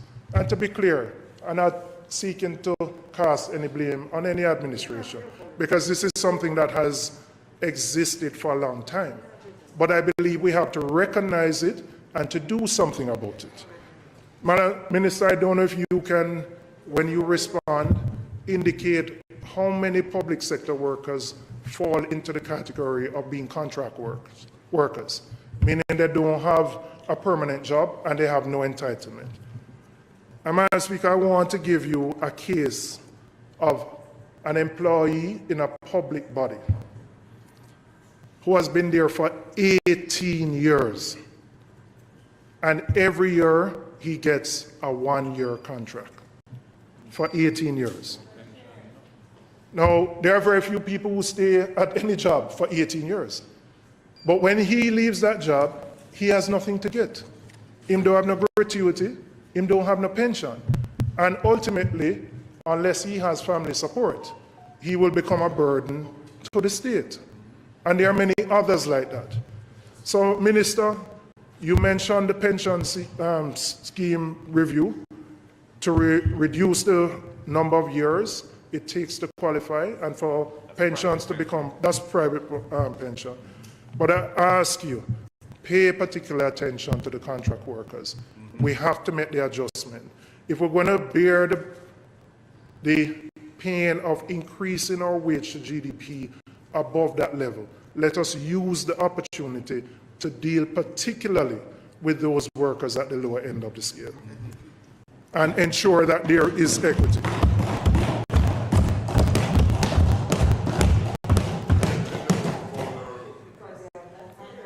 Madam Speaker, we are committed to the public sector reform. We welcome the move to rationalize the various pay levels, but we must not leave any of our dedicated and hardworking public servants behind. Government policy, Madam Speaker, must narrow the gap and uplift our people. Shifting gears, Madam Speaker, I'd like to speak briefly on the matter of bank fees.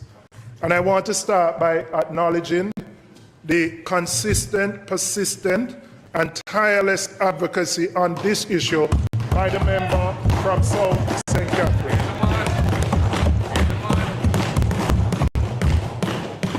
Madam Speaker, in 2018, my colleague Member of Parliament Fitzjackson tabled a private member's motion seeking to amend the Banking Services Act to protect customers against high bank fees. At the time, every member of Parliament on that side voted against it, and the bill died in the House. For the average bank customer, Madam Speaker, it is painful for them when them say the bank name out the little money in them savings. Madam Speaker, in recent times, we heard the Prime Minister, we heard the Minister of Finance, we heard the Minister of Justice speak out strongly against banks that had proposed increases in their fees. Most curiously, Madam Speaker, the Jamaica Labour Party wrote to the Jamaica Labour Party asking the Jamaica Labour Party to do something about these bank fees. When I saw the press release, one of the words in that press release was unconscionable. So when the JLP wrote to the JLP asking the JLP to take action on bank fees, I expected the JLP to deliver a response which would tackle the problem. But what the minister announced 2 days ago simply does not address the scale of the problem. Madam Speaker, it may be one part of the remedy, but what was announced does not address the hundreds of thousands of existing customers who would not be in the 100,000 accounts that the minister spoke about. What about those customers? Should they be left to the mercies of financial institutions? What are we doing to protect those customers? So while what the minister announced may be a start for financial inclusion, we still have to deal with the fundamental issue. The fundamental issue is that bank customers, and we could probably ask ourselves in this house, how many of us know what the charges on our bank accounts are? Genuinely. You may be the exception.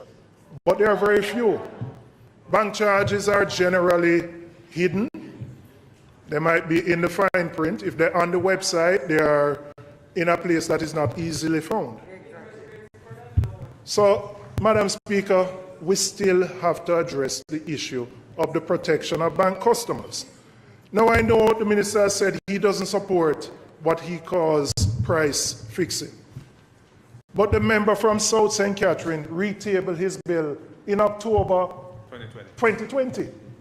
Why have we not brought this bill back to the House so that it can be subject to a full debate and discussion? I mean, even if you don't support a clause or a part of the bill, it can't be that we leave this bill hopefully to die when the issue of bank fees remains a big one for the majority of bank customers. So, House Leader, I'm saying to you with responsibility for the House, bring back the bill. Make we discuss it. Make we debate it. If you have an issue with a clause, say what the issue is. But let us not discard what the member has spent a lot of time and effort putting together to advance the interest and protection of the Jamaican customer. Madam Speaker, we must always narrow the gap and uplift our people. Madam Speaker, directly related to the cost of living crisis is the matter of gas prices. Over the last year alone, gas prices have increased by over 60% in the last year. 60% in the last year. This has put a significant burden on not just the traveling public, but on everybody, as businesses are faced with increased costs and have had to pass these on to their customers. Between January 7th last year and February 10th this year, and I use February 10th because that's the date the documents were tabled in the House, the ex-refinery price of 87 octane has moved from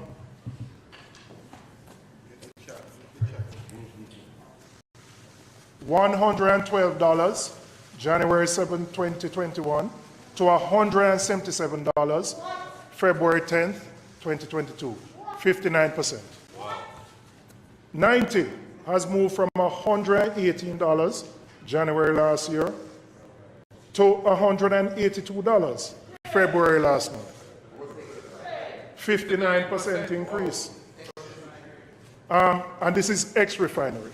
Diesel has moved from $113 January 7th to $179 February 10th, 58%. Now, Madam Speaker, if I include the recent increases since February 10th, the total increase over a 12-month period would be 65%. And this is ex-refinery, which means it doesn't include what dealers and the companies mark up. Doesn't include that. But for ease of comparison, I used what Petrojam gave. Madam Speaker, as we know, when the price goes up, it goes up in dollars. But when it comes down in cents. And Madam Speaker, yesterday, it went up by $4.50. And what is happening now with the psyche of our people, we all wait on a Wednesday to hear what the price increase is. And then when the prices increase, there's a rush on every gas station, as there was yesterday.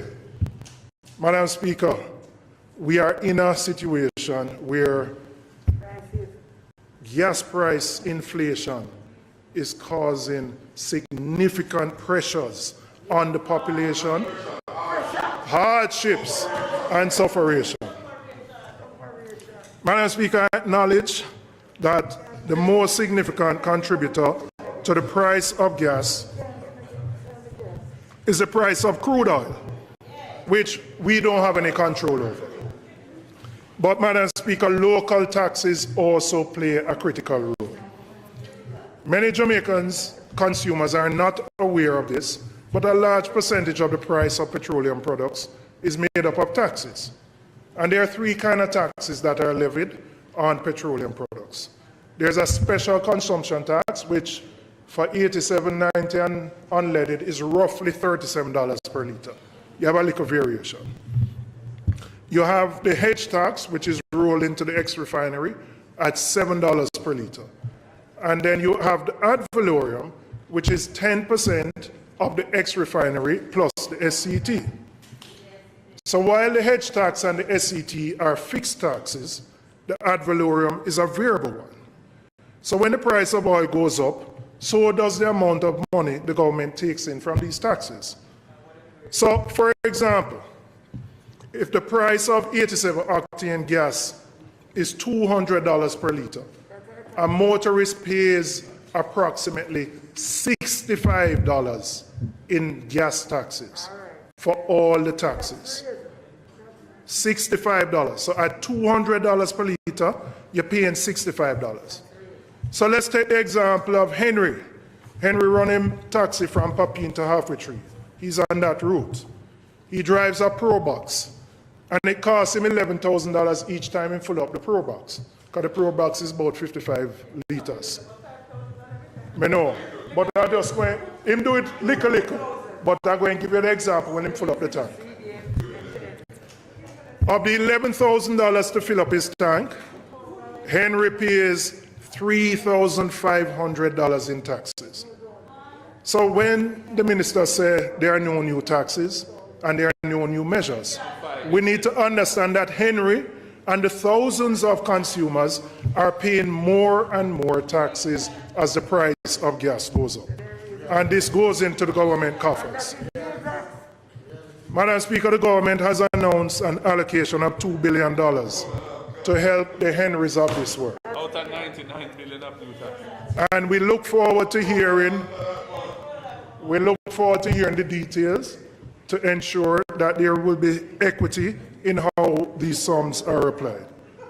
But Madam Speaker, I want to make an appeal, not just for the Henrys of this world. There are a lot of people, the teachers, the nurses, not just the most vulnerable, but our middle class, or people who work from paycheck to paycheck. They are feeling it too. So we have to look, and the minister said he will come back to us and indicate what mechanism will be used to offer this assistance. But in doing so, it's not just who drive SUV. It's a whole heap of people in the middle who feeling it. Teachers, civil servants, nurses, they are struggling. So let's not assume because you have a SUV, you're good. The people below that are struggling. Madam Speaker, the government collects somewhere between, and the minister can confirm it, somewhere between $6 to $7 billion, 6 to 7, not 67, $6 to $7 billion annually from the hedge tax. We are calling, Madam Speaker, on the government to allocate the full amount that it collects from the hedge tax and put that in relief for those who are suffering from high gas prices. Not just the $2 billion.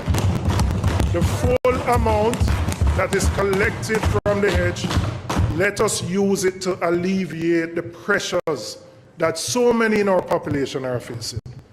Madam Speaker, we have to narrow the gap and we have to uplift our people.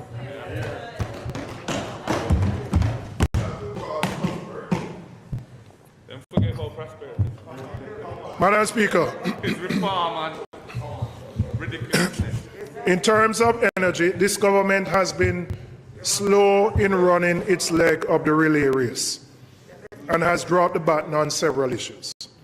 The energy portfolio has seen a revolving door of ministers, and we are behind in our quest to diversify our energy mix.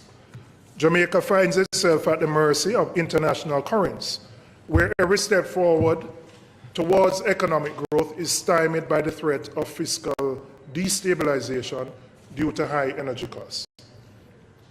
When we left office in 2016, we were on track to achieving a very ambitious target that we had set of having 20% of our energy mix from renewables and 30% by the year 2030. The Prime Minister has expressed a desire for that to move to 50% by 2030, not just 30. But Madam Speaker, vision without execution is mere hallucination. Vision without execution is mere hallucination. When we left office, Madam Speaker, we had started a request for a proposal to identify investors for 115 megawatts of renewable energy. Since then, Madam Speaker, no RFP has been issued. There is an RFP to be executed by the generation procurement entity in the Ministry of Energy, coming out of the integrated resource plan. But, Madam Speaker, the RFP is yet to be issued. And, Madam Speaker, we don't have time. We need to issue this RFP because there's going to be a lag between the procurement and the implementation of this project, which may be possibly 2 years or 3, right? Madam Speaker, I also want to raise concern about the status of our public sector energy efficiency and conservation program. We started this program. It was funded by the IDB, and it was meant to, and I believe at the time it was about $30 million. We replaced the old air conditioners. We reduced the heat load on the roofs. We did the installation of solar panels, replaced LEDs. And this was supposed to realize significant reduction in consumption for the public sector, because the public sector is one of the largest consumers of electricity. Madam Speaker, we need an update on the status of this project. Where are we? Have we accomplished the goals that were set out when the project started? My understanding is it has stalled, and I don't know why it has stalled, but it is needed more now than any other time in our history. We need an update. The Minister of Energy is not here, but he needs to provide the country with an update. By now, Madam Speaker, we must all recognize that the dual problem of our dependency on oil and the negative impact on the economy. By now, we must all recognize the dual problem of our dependency on oil and the negative effects on our economy and climate. It is imperative, therefore, that the government accelerates policies and programs that reduce our dependency on oil and promote energy efficiency. This is necessary to reduce our energy bill while promoting the use of cleaner energy solutions. Jamaica gave a commitment at COP26 on the concrete actions it would take to reduce greenhouse gas emissions. We also updated our nationally determined contributions in June 2020 with a focus on the energy sector.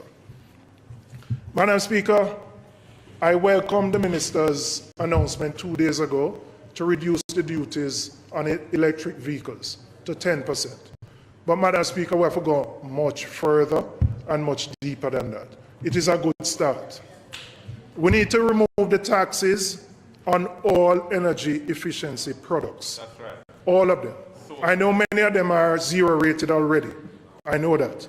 But there are, for example, the solar batteries, which are used to power solar operations. That is a sore point.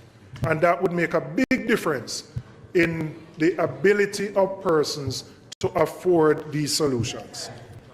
Madam Speaker, there is a line of funding at the DBJ for individuals to access energy efficiency products, but it don't seem to be well known. There is a business line that is more well known, but the individual one is not well known. And as such, the take-up has been very low. We have to promote it. We have to provide incentives for people who want to put in solar water heater and other solar type initiatives, or just to reduce their own energy consumption. We need to focus on developing the infrastructure across the country to facilitate the installation of charging stations, not just at a commercial level, but also at an individual level.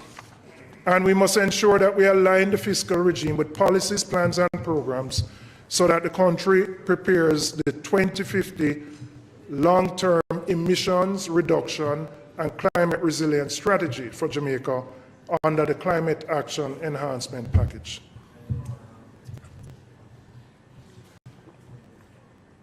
Madam Speaker, I want to turn my attention to the proposal by the government to divest itself of the 20% shares in JPS. We are opposed to this proposal. We believe that JPS is a critical infrastructure and a strategic asset for the country, which is essential for the proper functioning of our society and our economy. The government should retain its stake so that it can have a voice at the table. To be clear, so that we're not misunderstood, we're not against general divestment of government assets. That's not the issue here. And the government has proposed other assets for divestment. We don't take any issue with that. But we believe JPS is different. It is strategic. And given the impact of energy costs on business competitiveness and the cost of living for Jamaica, we believe it's imperative that the government has a seat at the table and has a voice.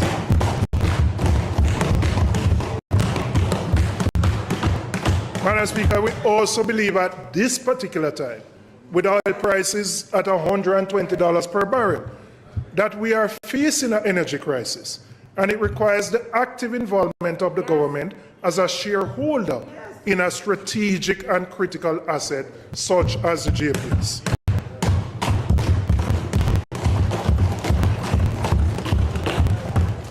Madam Speaker, there are other reasons why we oppose the divestment.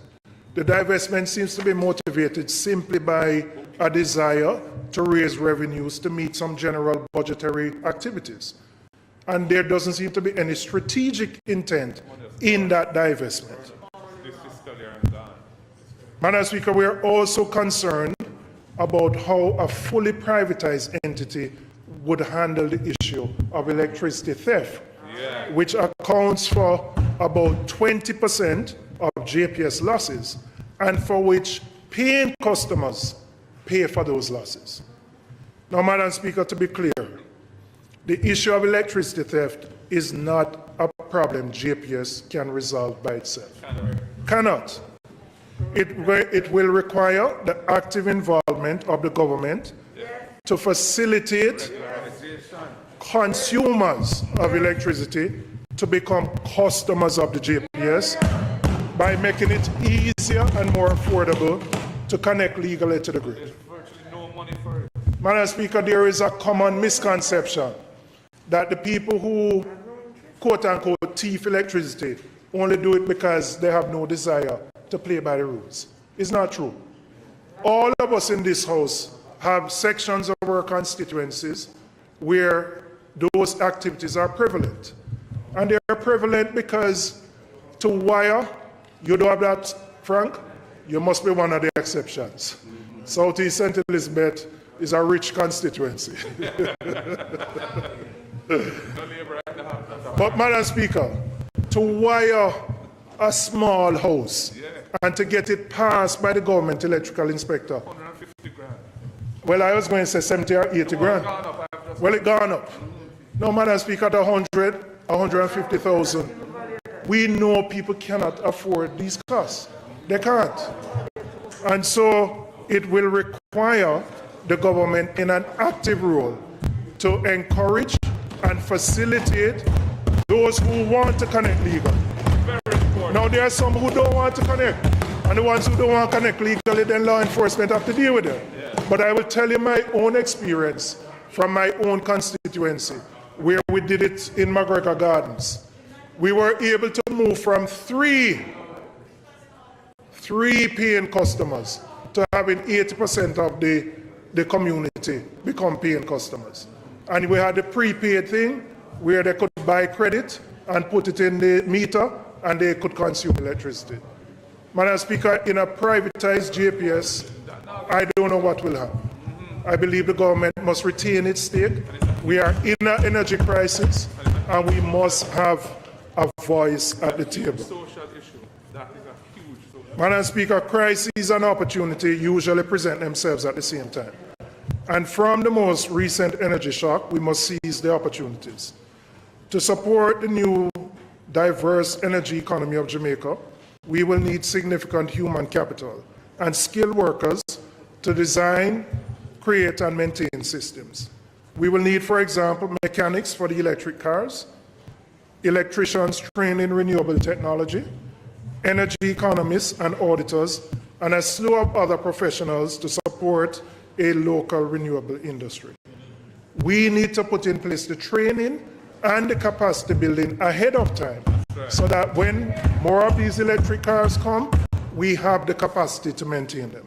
Madam Speaker, that is how we will narrow the gap and uplift our people.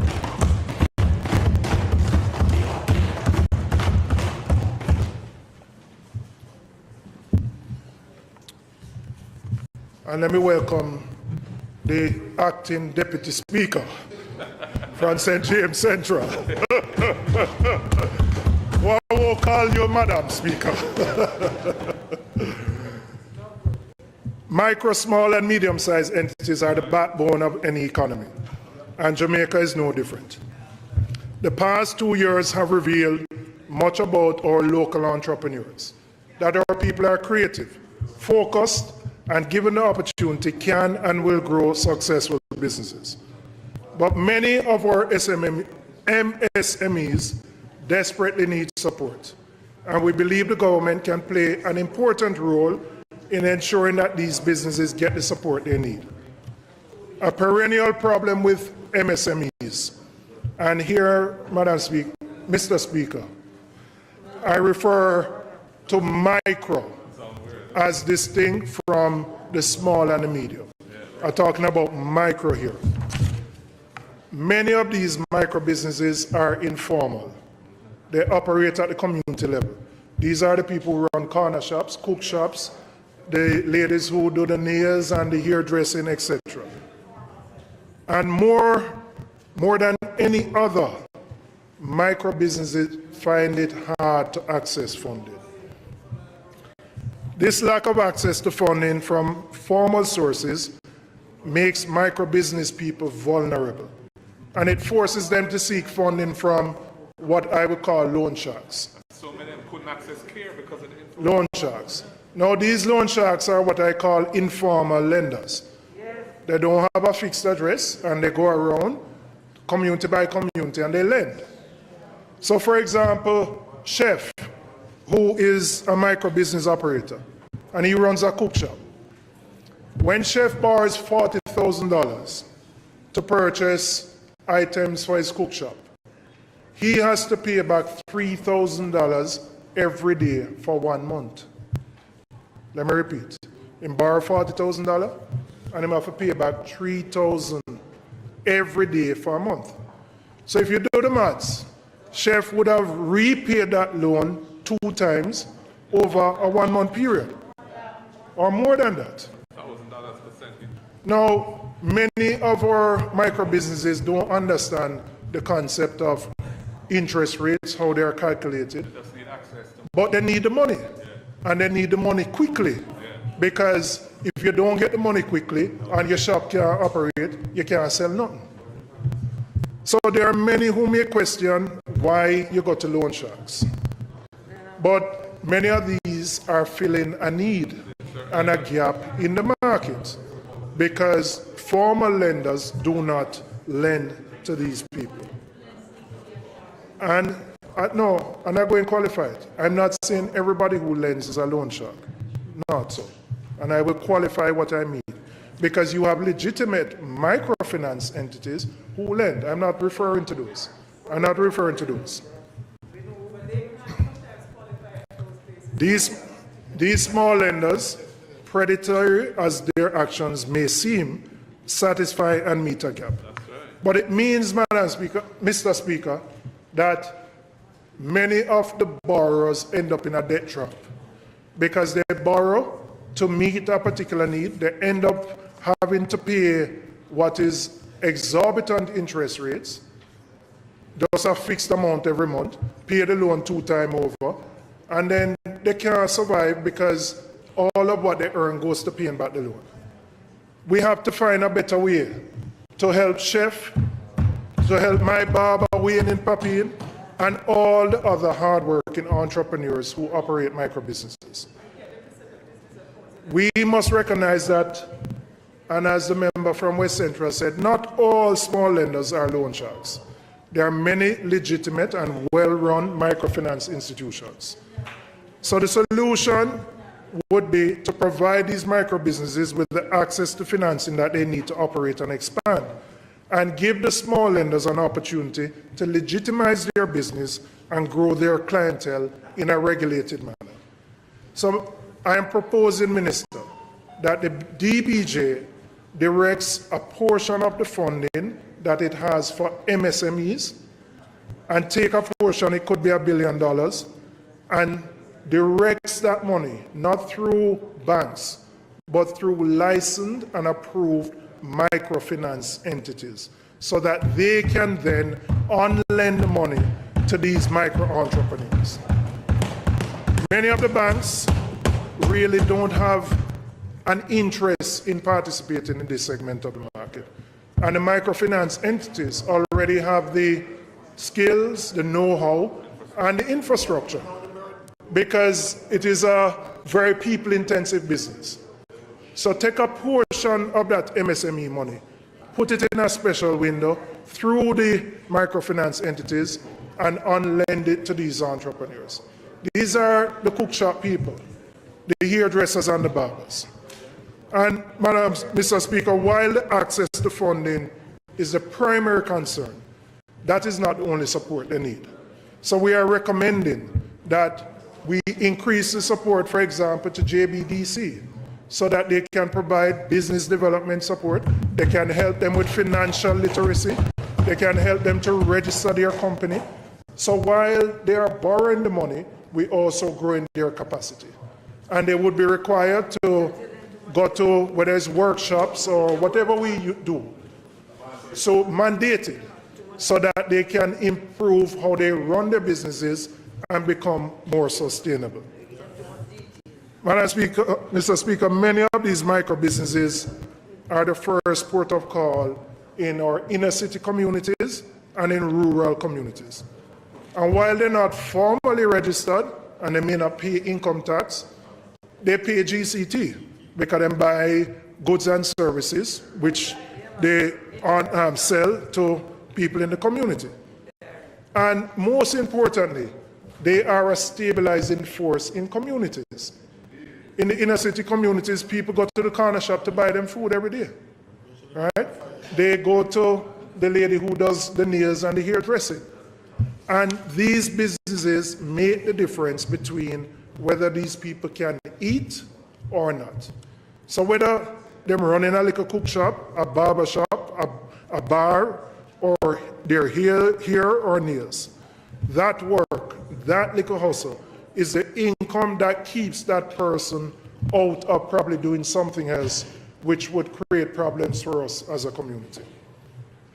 My constituency has many of them living on the margins, and we have to find a better way to support them as they seek to grow their businesses. We simply cannot ignore nor shy away from finding solutions to their problems. The micro businesses are an important conduit for narrowing the economic gap and uplifting our people. Madam Speaker, I must make mention here of another group of small and medium-sized business people, our farmers. And for any country in the pursuit of growth, agriculture must be seen and treated as a growth driver and be given the necessary support. We need to swiftly advance the development of an agricultural development plan and ensure that we implement it. We must expand our traditional crops to maximize export earnings and develop value-added and value chain growth, as well as support the expansion of brand Jamaica globally. And we do have globally recognized brands, or Blue Mountain Coffee or cocoa already have significant competitive advantages globally. We have to expand our domestic crop production. Ganja is another one, and cannabis. We have to expand domestic crop production to address food security. So as we deal with the issues of the increasing cost of wheat, which will translate into higher prices for flour, we have to examine whether using cassava, breadfruit, other things, we can use as substitutes, so we don't have to depend on the wheat for flour. I'm going to get to that, the cost of fertilizer as well. Madam Speaker, we have to increase the use of technology and innovation. This will lead to increased production and productivity, rural development, jobs, and import substitution. We also need to look at our livestock sector as another growth opportunity and the fisheries subsector. And we have to put research and development on the front burner and apply the knowledge we have amassed over the many years. We must use and improve our existing infrastructure to support agriculture. For example, Borders Research Center must be developed as a center of excellence in agricultural research for both crop and livestock. But we also have to develop other centers of excellence in coffee cultivation and production, which is becoming a dying specialty. Mr. Speaker, we have to use the dual global crisis of climate change and supply chain issues as an opportunity. We have to lay the groundwork for agriculture in Jamaica to take its rightful place as a significant contributor to growth and to improve our national resilience by ensuring food security. Now, there are some issues that we have to deal with immediately. When I travel through Jamaica and talk to farmers, there are three things that come up, particularly small farmers. Access to capital is a big one, particularly for small farmers. The increasing cost of inputs, particularly fertilizers, is having a crippling effect for farmers. And thirdly, the issue of predel lastly, which continues to be a source of misery and vulnerability for our farmers. Madam Speaker, we have to hear the cry of the farmers and take action. And while I acknowledge that, for example, I know the Development Bank of Jamaica is doing something for the agricultural industry, there is still a gap for many of the small farmers.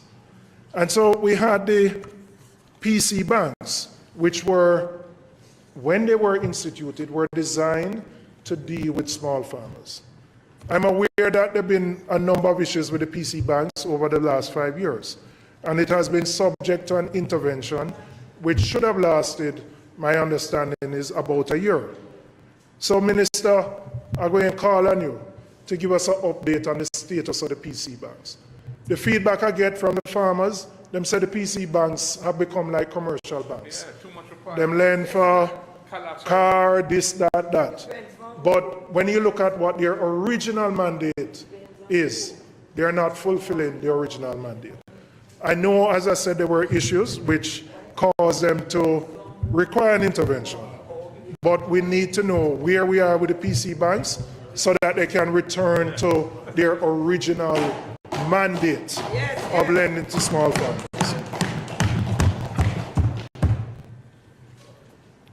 We also have to take the issue of predel larceny and deal with it with a sense of purpose. It is probably the most heart-rending thing for a farmer.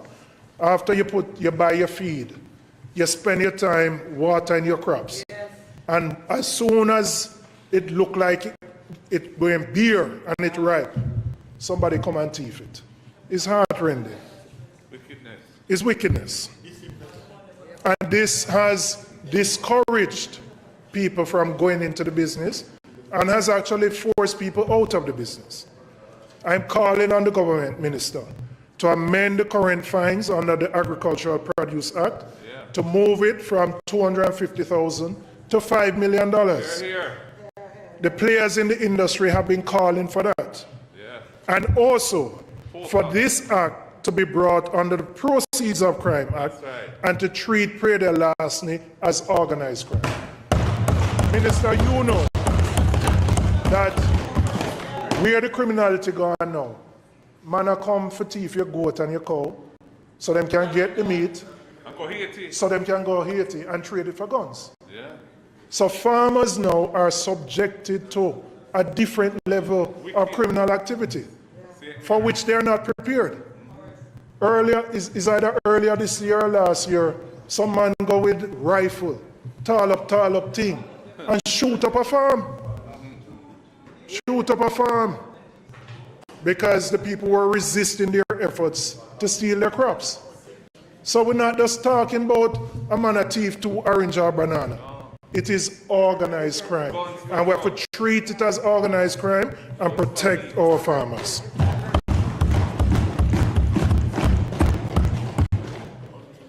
Madam Speaker, farmers are self-reliant. They work hard. They're not seeking handouts. They're asking for support tailored to their needs. Investing in the agricultural sector, specifically in small farmers, will help us to narrow the gap and uplift a significant number of our people. Madam Speaker, I want to turn now to one of the most important challenges of our time. How do we resolve the crisis in education? The COVID pandemic has been truly devastating to a whole generation of students. And the report by Professor Orlando Patterson and his team has revealed many inconvenient and disturbing truths about the state of our education system, even before COVID. But if we are honest with ourselves, none of us should be surprised by the conclusions of the Patterson report because they echo what previous reports would have said. We have never been short on the analysis. What we are short on is the discipline and the political will to ensure that reforms are implemented. Now, Minister, in Parliament last week at Standing Finance, I'd asked you some questions on the state of the learning loss. And when I heard the answers that you provided, I was a little skeptical about the data that you were providing. And I checked with some principals in my constituency and otherwise. And Minister, I have to tell you, there is a big disconnect between what you have reported here and the reality taking place in the schools. A big disconnect. So, for example, there are schools that I've checked for which there has not been any diagnostic testing at all. Not even one student has gotten a diagnostic test. And for some schools, yes, they have received tests, but they wouldn't consider it a diagnostic test. So, Minister, I believe the problems that we are in are worse than they are being reported. And I want to encourage you to personally go visit some of the schools with your education officers. Sit down and talk to the principals. Hear firsthand. Don't rely on what is reported to you. Right? Because, Madam Speaker, Mr. Speaker, the worst response to a crisis is to not acknowledge the extent of it. And I believe we don't know the full extent of the learning loss. And if we don't know the full extent of the learning loss, we simply can't put in place appropriate programs to deal with the learning loss.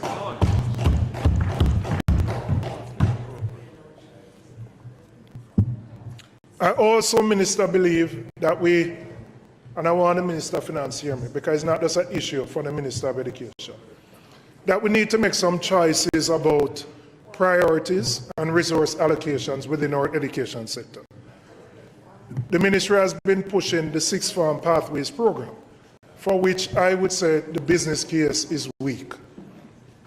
I say it is weak because within the context of the Patterson report, which shows grave failings in our current system, I question why spend scarce resources to extend high school life by 2 years, when for the first 5 years, we're only producing about 50% of the students with literate, numerate, and marketable skills. I will say, I'm going to come to that. Apart from the monetary resources, I don't believe we have the managerial capacity to implement a remedial program while launching a sixth form program. So I'm going to propose, Minister, that we postpone the implementation of the sixth form program and that we focus all our energies on addressing the issue of the learning loss which currently exists.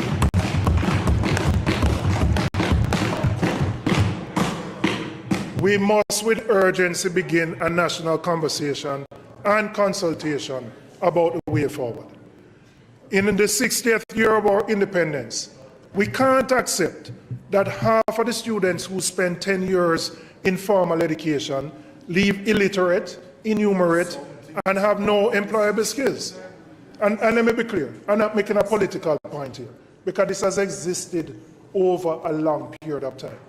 But we have to deal with it now, because we can't grow an economy if you don't have a competent, educated workforce. And education still remains the vehicle of upliftment for the vast majority of Jamaicans, particularly poor Jamaicans. So we don't have a lot of money. And in the context of having scarce resources, we have to choose how we spend the money.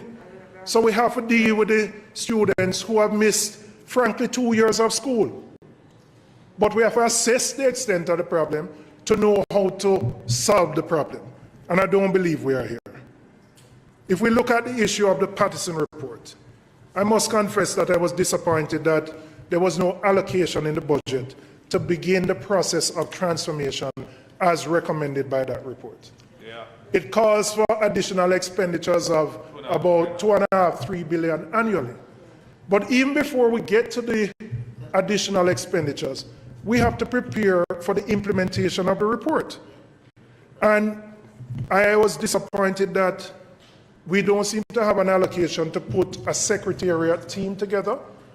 Whoever would manage this process of overseeing the implementation of the Patterson report. And I don't know that it can be done within the ministry, that you would need a separate entity to work alongside the ministry. But we have to start the process now, because time is not on our hands. So even if we don't have the budgetary allocation to do everything, the short-term goal of putting in place a team must begin with a sense of urgency. So I hope, Minister, that it may not be from you, may be from the Minister of Finance or the Prime Minister, that we get an update on where we are with implementing the recommendations. We have done reports. We did the Ray Davis report and we started a process of transformation. That didn't continue. We now have the Patterson report. Let us ensure that the mechanism for implementation is bipartisan, that we get the best and the most talented people to oversee the process, and that we can make a difference in dealing with the shortcomings in our education system. Our education system presents the opportunity to narrow the gap and to uplift our people. Madam Speaker, as we seek to improve the fundamentals and the foundations of our economy with investments and improvements in our MSMEs, we must also make ourselves ready for the future of work. I would consider myself a young man, but when I attended the greatest high school in Jamaica, I know the member from East Central St. Catherine would clap. You want me to repeat, Big Rob? When I attended the greatest high school in Jamaica, and when I went to Career Day, Madam Speaker, when I went to Career Day, there was nobody who said, do you want to become a YouTube content creator? Do you want to become an app UX designer? Or do you want to become a cryptocurrency miner? Because those kind of careers never existed. The world our young people are coming to is increasingly one that is digitized, mobile, and decentralized, and looks nothing like what most of us experienced when we were in high school. So, Madam Speaker, when we talk about narrowing the gap and uplifting people, we are speaking of the sort of visionary leadership that drives success, opportunity, and innovation. When in the 90s, led by the member from East Kingston and Port Royal, when we broke the telecoms monopoly, that triggered a whole set of small and medium-sized industries whose operations today has been facilitated by that move. In the upcoming decades, many activities that are currently being carried out by people will become automated, but some professions will remain. Robotization, automation, digitalization will have a major impact on the labor force and the modern workforce. Data shows that the most promising careers of the future consist of work that complements machine work, or work that largely depends on human skills, creativity, innovation, and therefore cannot be replicated by a computer. In other words, Madam Speaker, the future of work has already arrived for a large majority of our workforce. As a result, Jamaica needs to think of the industries of the future that will create economic growth, and importantly, think through what our workforce will need to be able to participate in these industries. Madam Speaker, when we speak about the future of work and the industries of the future that will lead us to economic growth, we have to think about the areas where Jamaica has displayed prowess, competence, and accomplishment. For us, that clearly must include the cultural and creative industries. There is a vast unrealized opportunity for people and for economy to capitalize in the creative and cultural industries. Let us look at the potential, for example. In 2020, the music industry globally was valued, represented 23 billion US dollars. The sports market globally reached a value of 388 billion in 2020 and is projected to reach 826 billion by 2030. The global film and video market is expected to reach 410 billion by 2030. So Jamaica needs to secure its place in this global creative economy. But we won't secure our place by accident. We need to be deliberate and we need to be strategic. And we need to take it seriously. So what do I mean by taking it seriously? It is recognizing that the creative and cultural industries are more than dance, stage show, and round robin. And those are important, but they are much more than that. And that there's much more to be done on a policy and governance level to reach our full potential. So, Madam Speaker, we on this side welcome with the same anticipation as the Minister the reopening of the entertainment sector. And while I do know the Minister friend, Keisha, the one he spoke about on Tuesday, I expect that when the industry is reopened, you know Keisha? You know Keisha?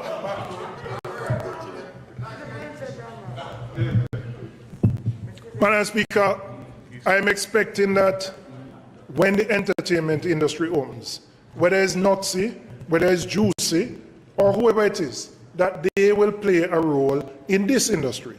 Their contribution is often understated and not respected and not recognized as it should be. Or actors, or dancers, or singers, or players of instruments, chefs, stage managers, and I could go on and on. The scope of excellence for people is unlimited. The first thing we need to understand and accept is that the cultural and creative industries is a complex ecosystem and is not a monolithic concept. Within the creative and cultural industries, there are no fewer than 20 subsectors. And within those 20 subsectors, we have another 40 industries that can be identified, each with activities, linkages, and products.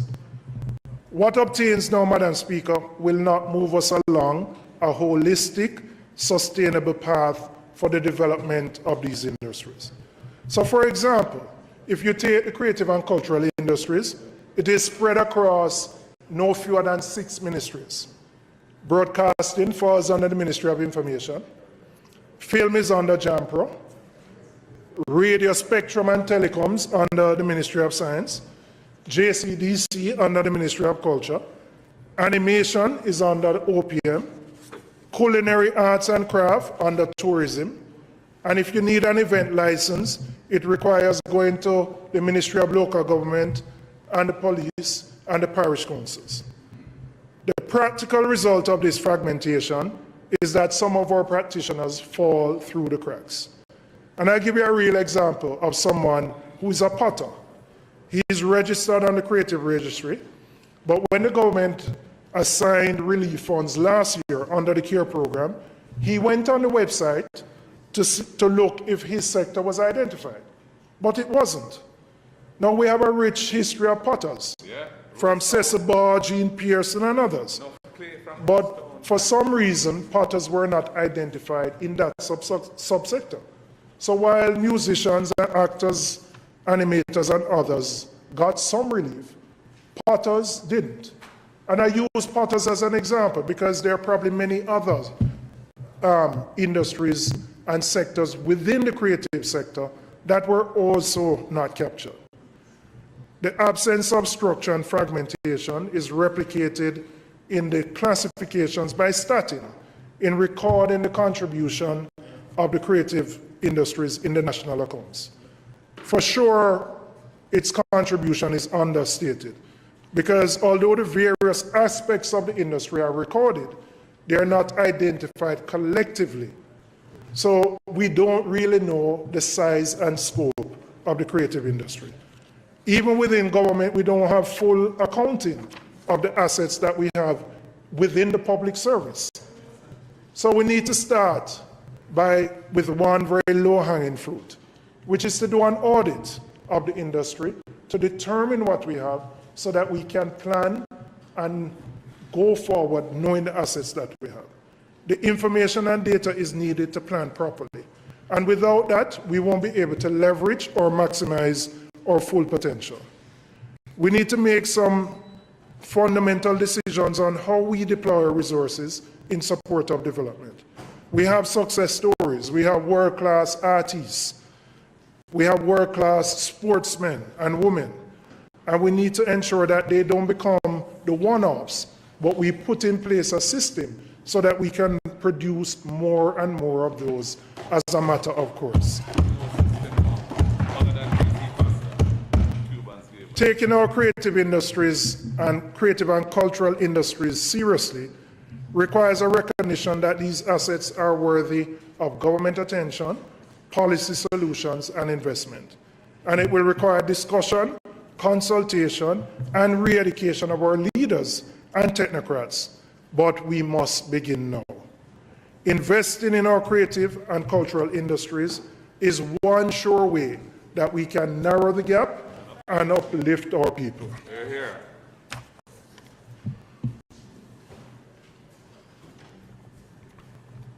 And I conclude in, Madam Speaker.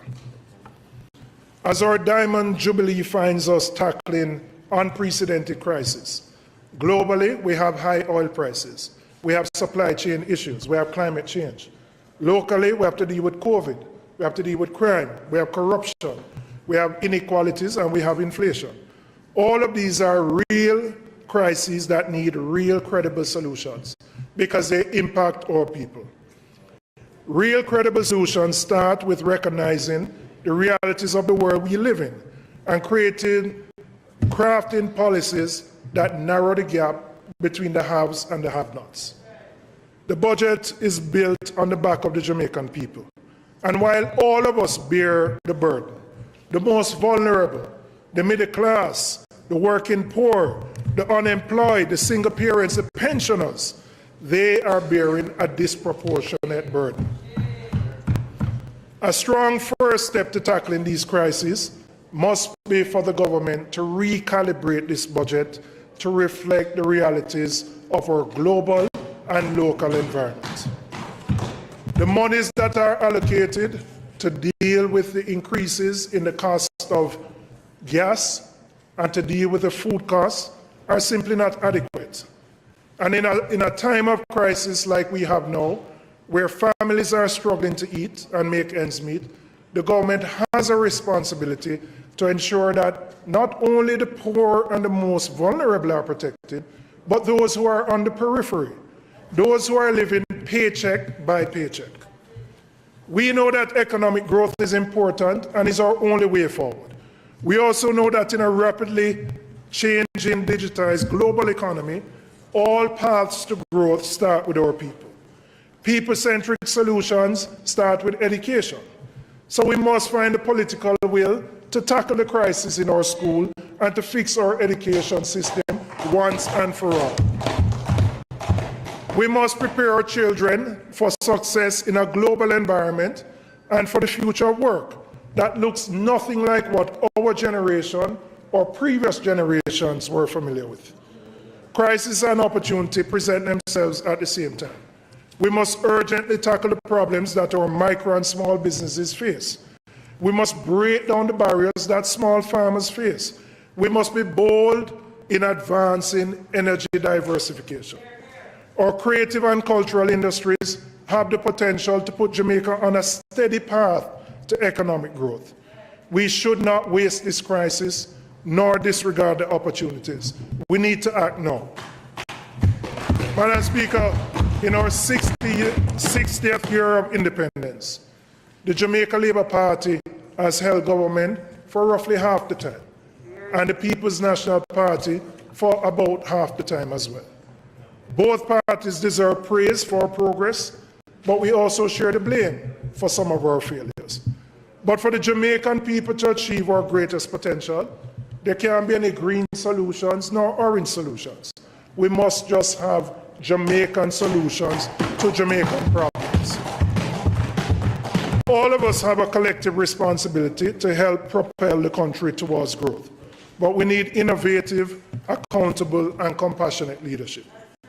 Madam Speaker, we call on the government to put people first, to give us a budget that balances the books while balancing people's lives, and that narrows the gap and uplifts the people.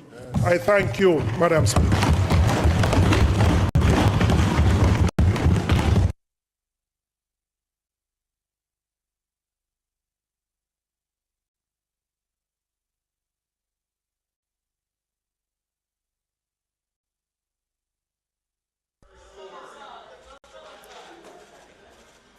Giving some time for the member to be patted on the back and to bask in the moment.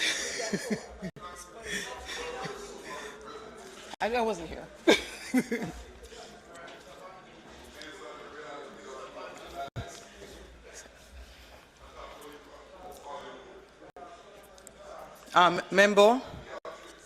Members, I enjoyed the presentation. I wondered, after listening to the finance minister's opening, if there would be any possible comeback. Not to rain on your parade, I really would have Madam preferred Speaker, could you allow me 1 minute? I noticed my speech was circulated with this. I wasn't aware of it. Somebody did the artwork, and I wasn't aware. I've been in this House long enough to know that this is not acceptable for the House of Representatives. Thank you so much, I just want to apologize. I am seeing it actually for the first time, right? And I have presented many times, and I've never done this. So I will ask the members to give me back. I will circulate it electronically so that they can have it. Right? No, nobody needs. Members,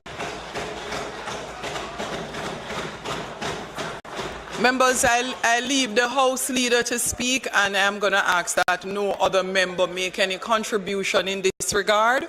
Member Robinson, I appreciate the stance that you took. Persons actually did complain, and I asked them to just be quiet about it because today was your moment, and I really didn't want us to bring any negativity to your presentation and the time delivering. So I really appreciate it. I was asking to leave it for another time, and persons indicated they really wanted to raise it because it had never happened in the House before. House Leader? Madam Speaker, I am always fascinated by not just your eloquence, but your even-handedness in dealing with matters. And I think that the member who really gave an excellent presentation is mindful of the error and has appropriately referenced correction, and we accept it. Madam Speaker, the other matter on public business I will take at this time because in addition to everything else, I think the member has another engagement, and we're appreciative of that. So the Irrigation Licensing Authority Order 2022 resolution, we invite you to take at this time, after which, Madam Speaker, I will seek a suspension of the standing order to allow us to recommit the items that we had not taken earlier.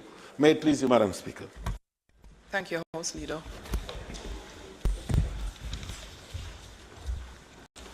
Minister Charles. Thank you, Madam Speaker. Thank you to our House Leader as well.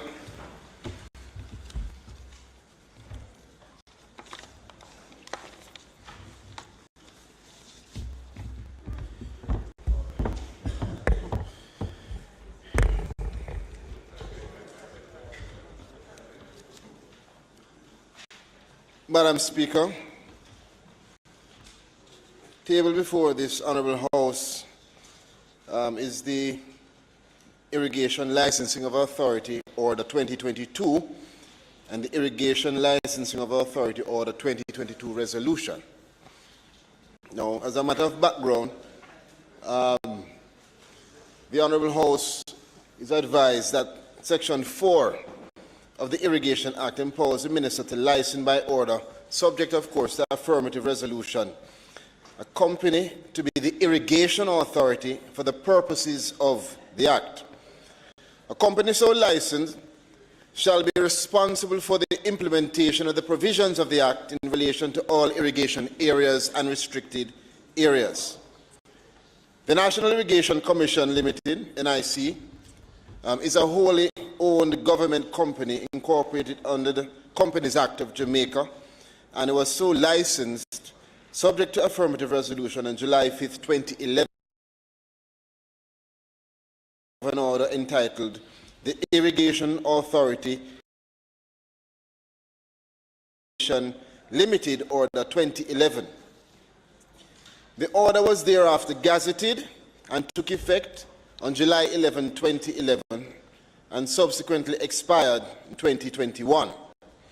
Consequently, it has become necessary for the further licensing of an entity as the Irrigation Authority to continue to carry out the functions under the Act, and in 2021, the erstwhile Minister responsible for Agriculture and Fisheries then took the decision to further license the NIC as the Irrigation Authority for a further period of 30 years. And this Honourable House is further advised that the rationale and the justification for granting the increased licensing term of 30 years to the NIC is, one, to provide greater stability and entrenchment of the NIC as the Irrigation Authority, two, to facilitate long-term infrastructural planning and implementation of projects, including the retention of long-term leases, some of which are in excess of 10 years, as we know. Three, to leverage investment opportunities with external or multilateral entities, envisioning both short-term and long-term investments. Four, to promote flexibility, commitment, and security in the NIC's operations. And five, to reduce the necessity for frequent licensing renewals, which entails a fairly lengthy legislative process. And six, to facilitate the continuity of the Government of Jamaica's sustainable development plans, policies, and implementation processes. This Honourable House is further advised that the decision to increase the licensing term to the NIC to 30 years has received Cabinet's approval by way of Cabinet Decision number 0122, subject, of course, again to affirmative resolution. Madam Speaker, the order therefore provides, inter alia, for the licensing of the National Irrigation Commission Limited as the Irrigation Authority for a period of 30 years from the date of commencement. It provides for the collection of revenues derived from irrigation and drainage charges and the application of these revenues to perform the functions assigned under the Act. Provides for the collection of any amounts outstanding as irrigation charges or drainage charges that are due to be paid under the Act. And it provides for the transfer of persons employed to the former Irrigation Authority to the service of the Authority on terms and conditions that are no less favorable than those enjoyed by those persons before the commencement of this order. Based on the foregoing, Madam Speaker, I ask this Honourable House for its full support in affirming by resolution the Irrigation Licensing of Authority Order 2022. Thank you.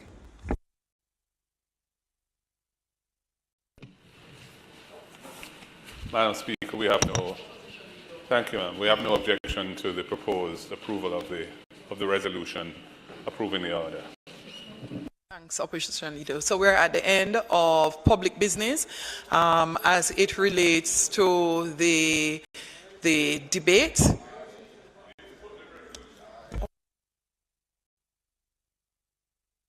So I'm going to put the resolution, and then we will go to closing the debate.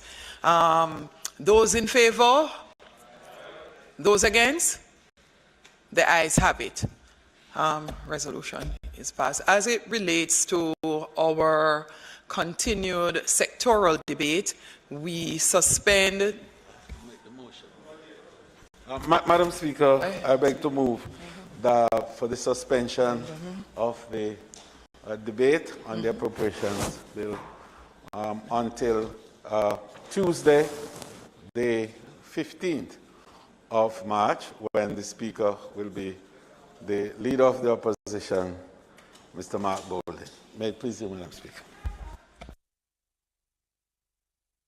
So, Madam Speaker, I further beg to move for the recommittal of items, reports to committee, notices of motions given orally, and statement by Minister. May it please Thank you, Madam House Leader.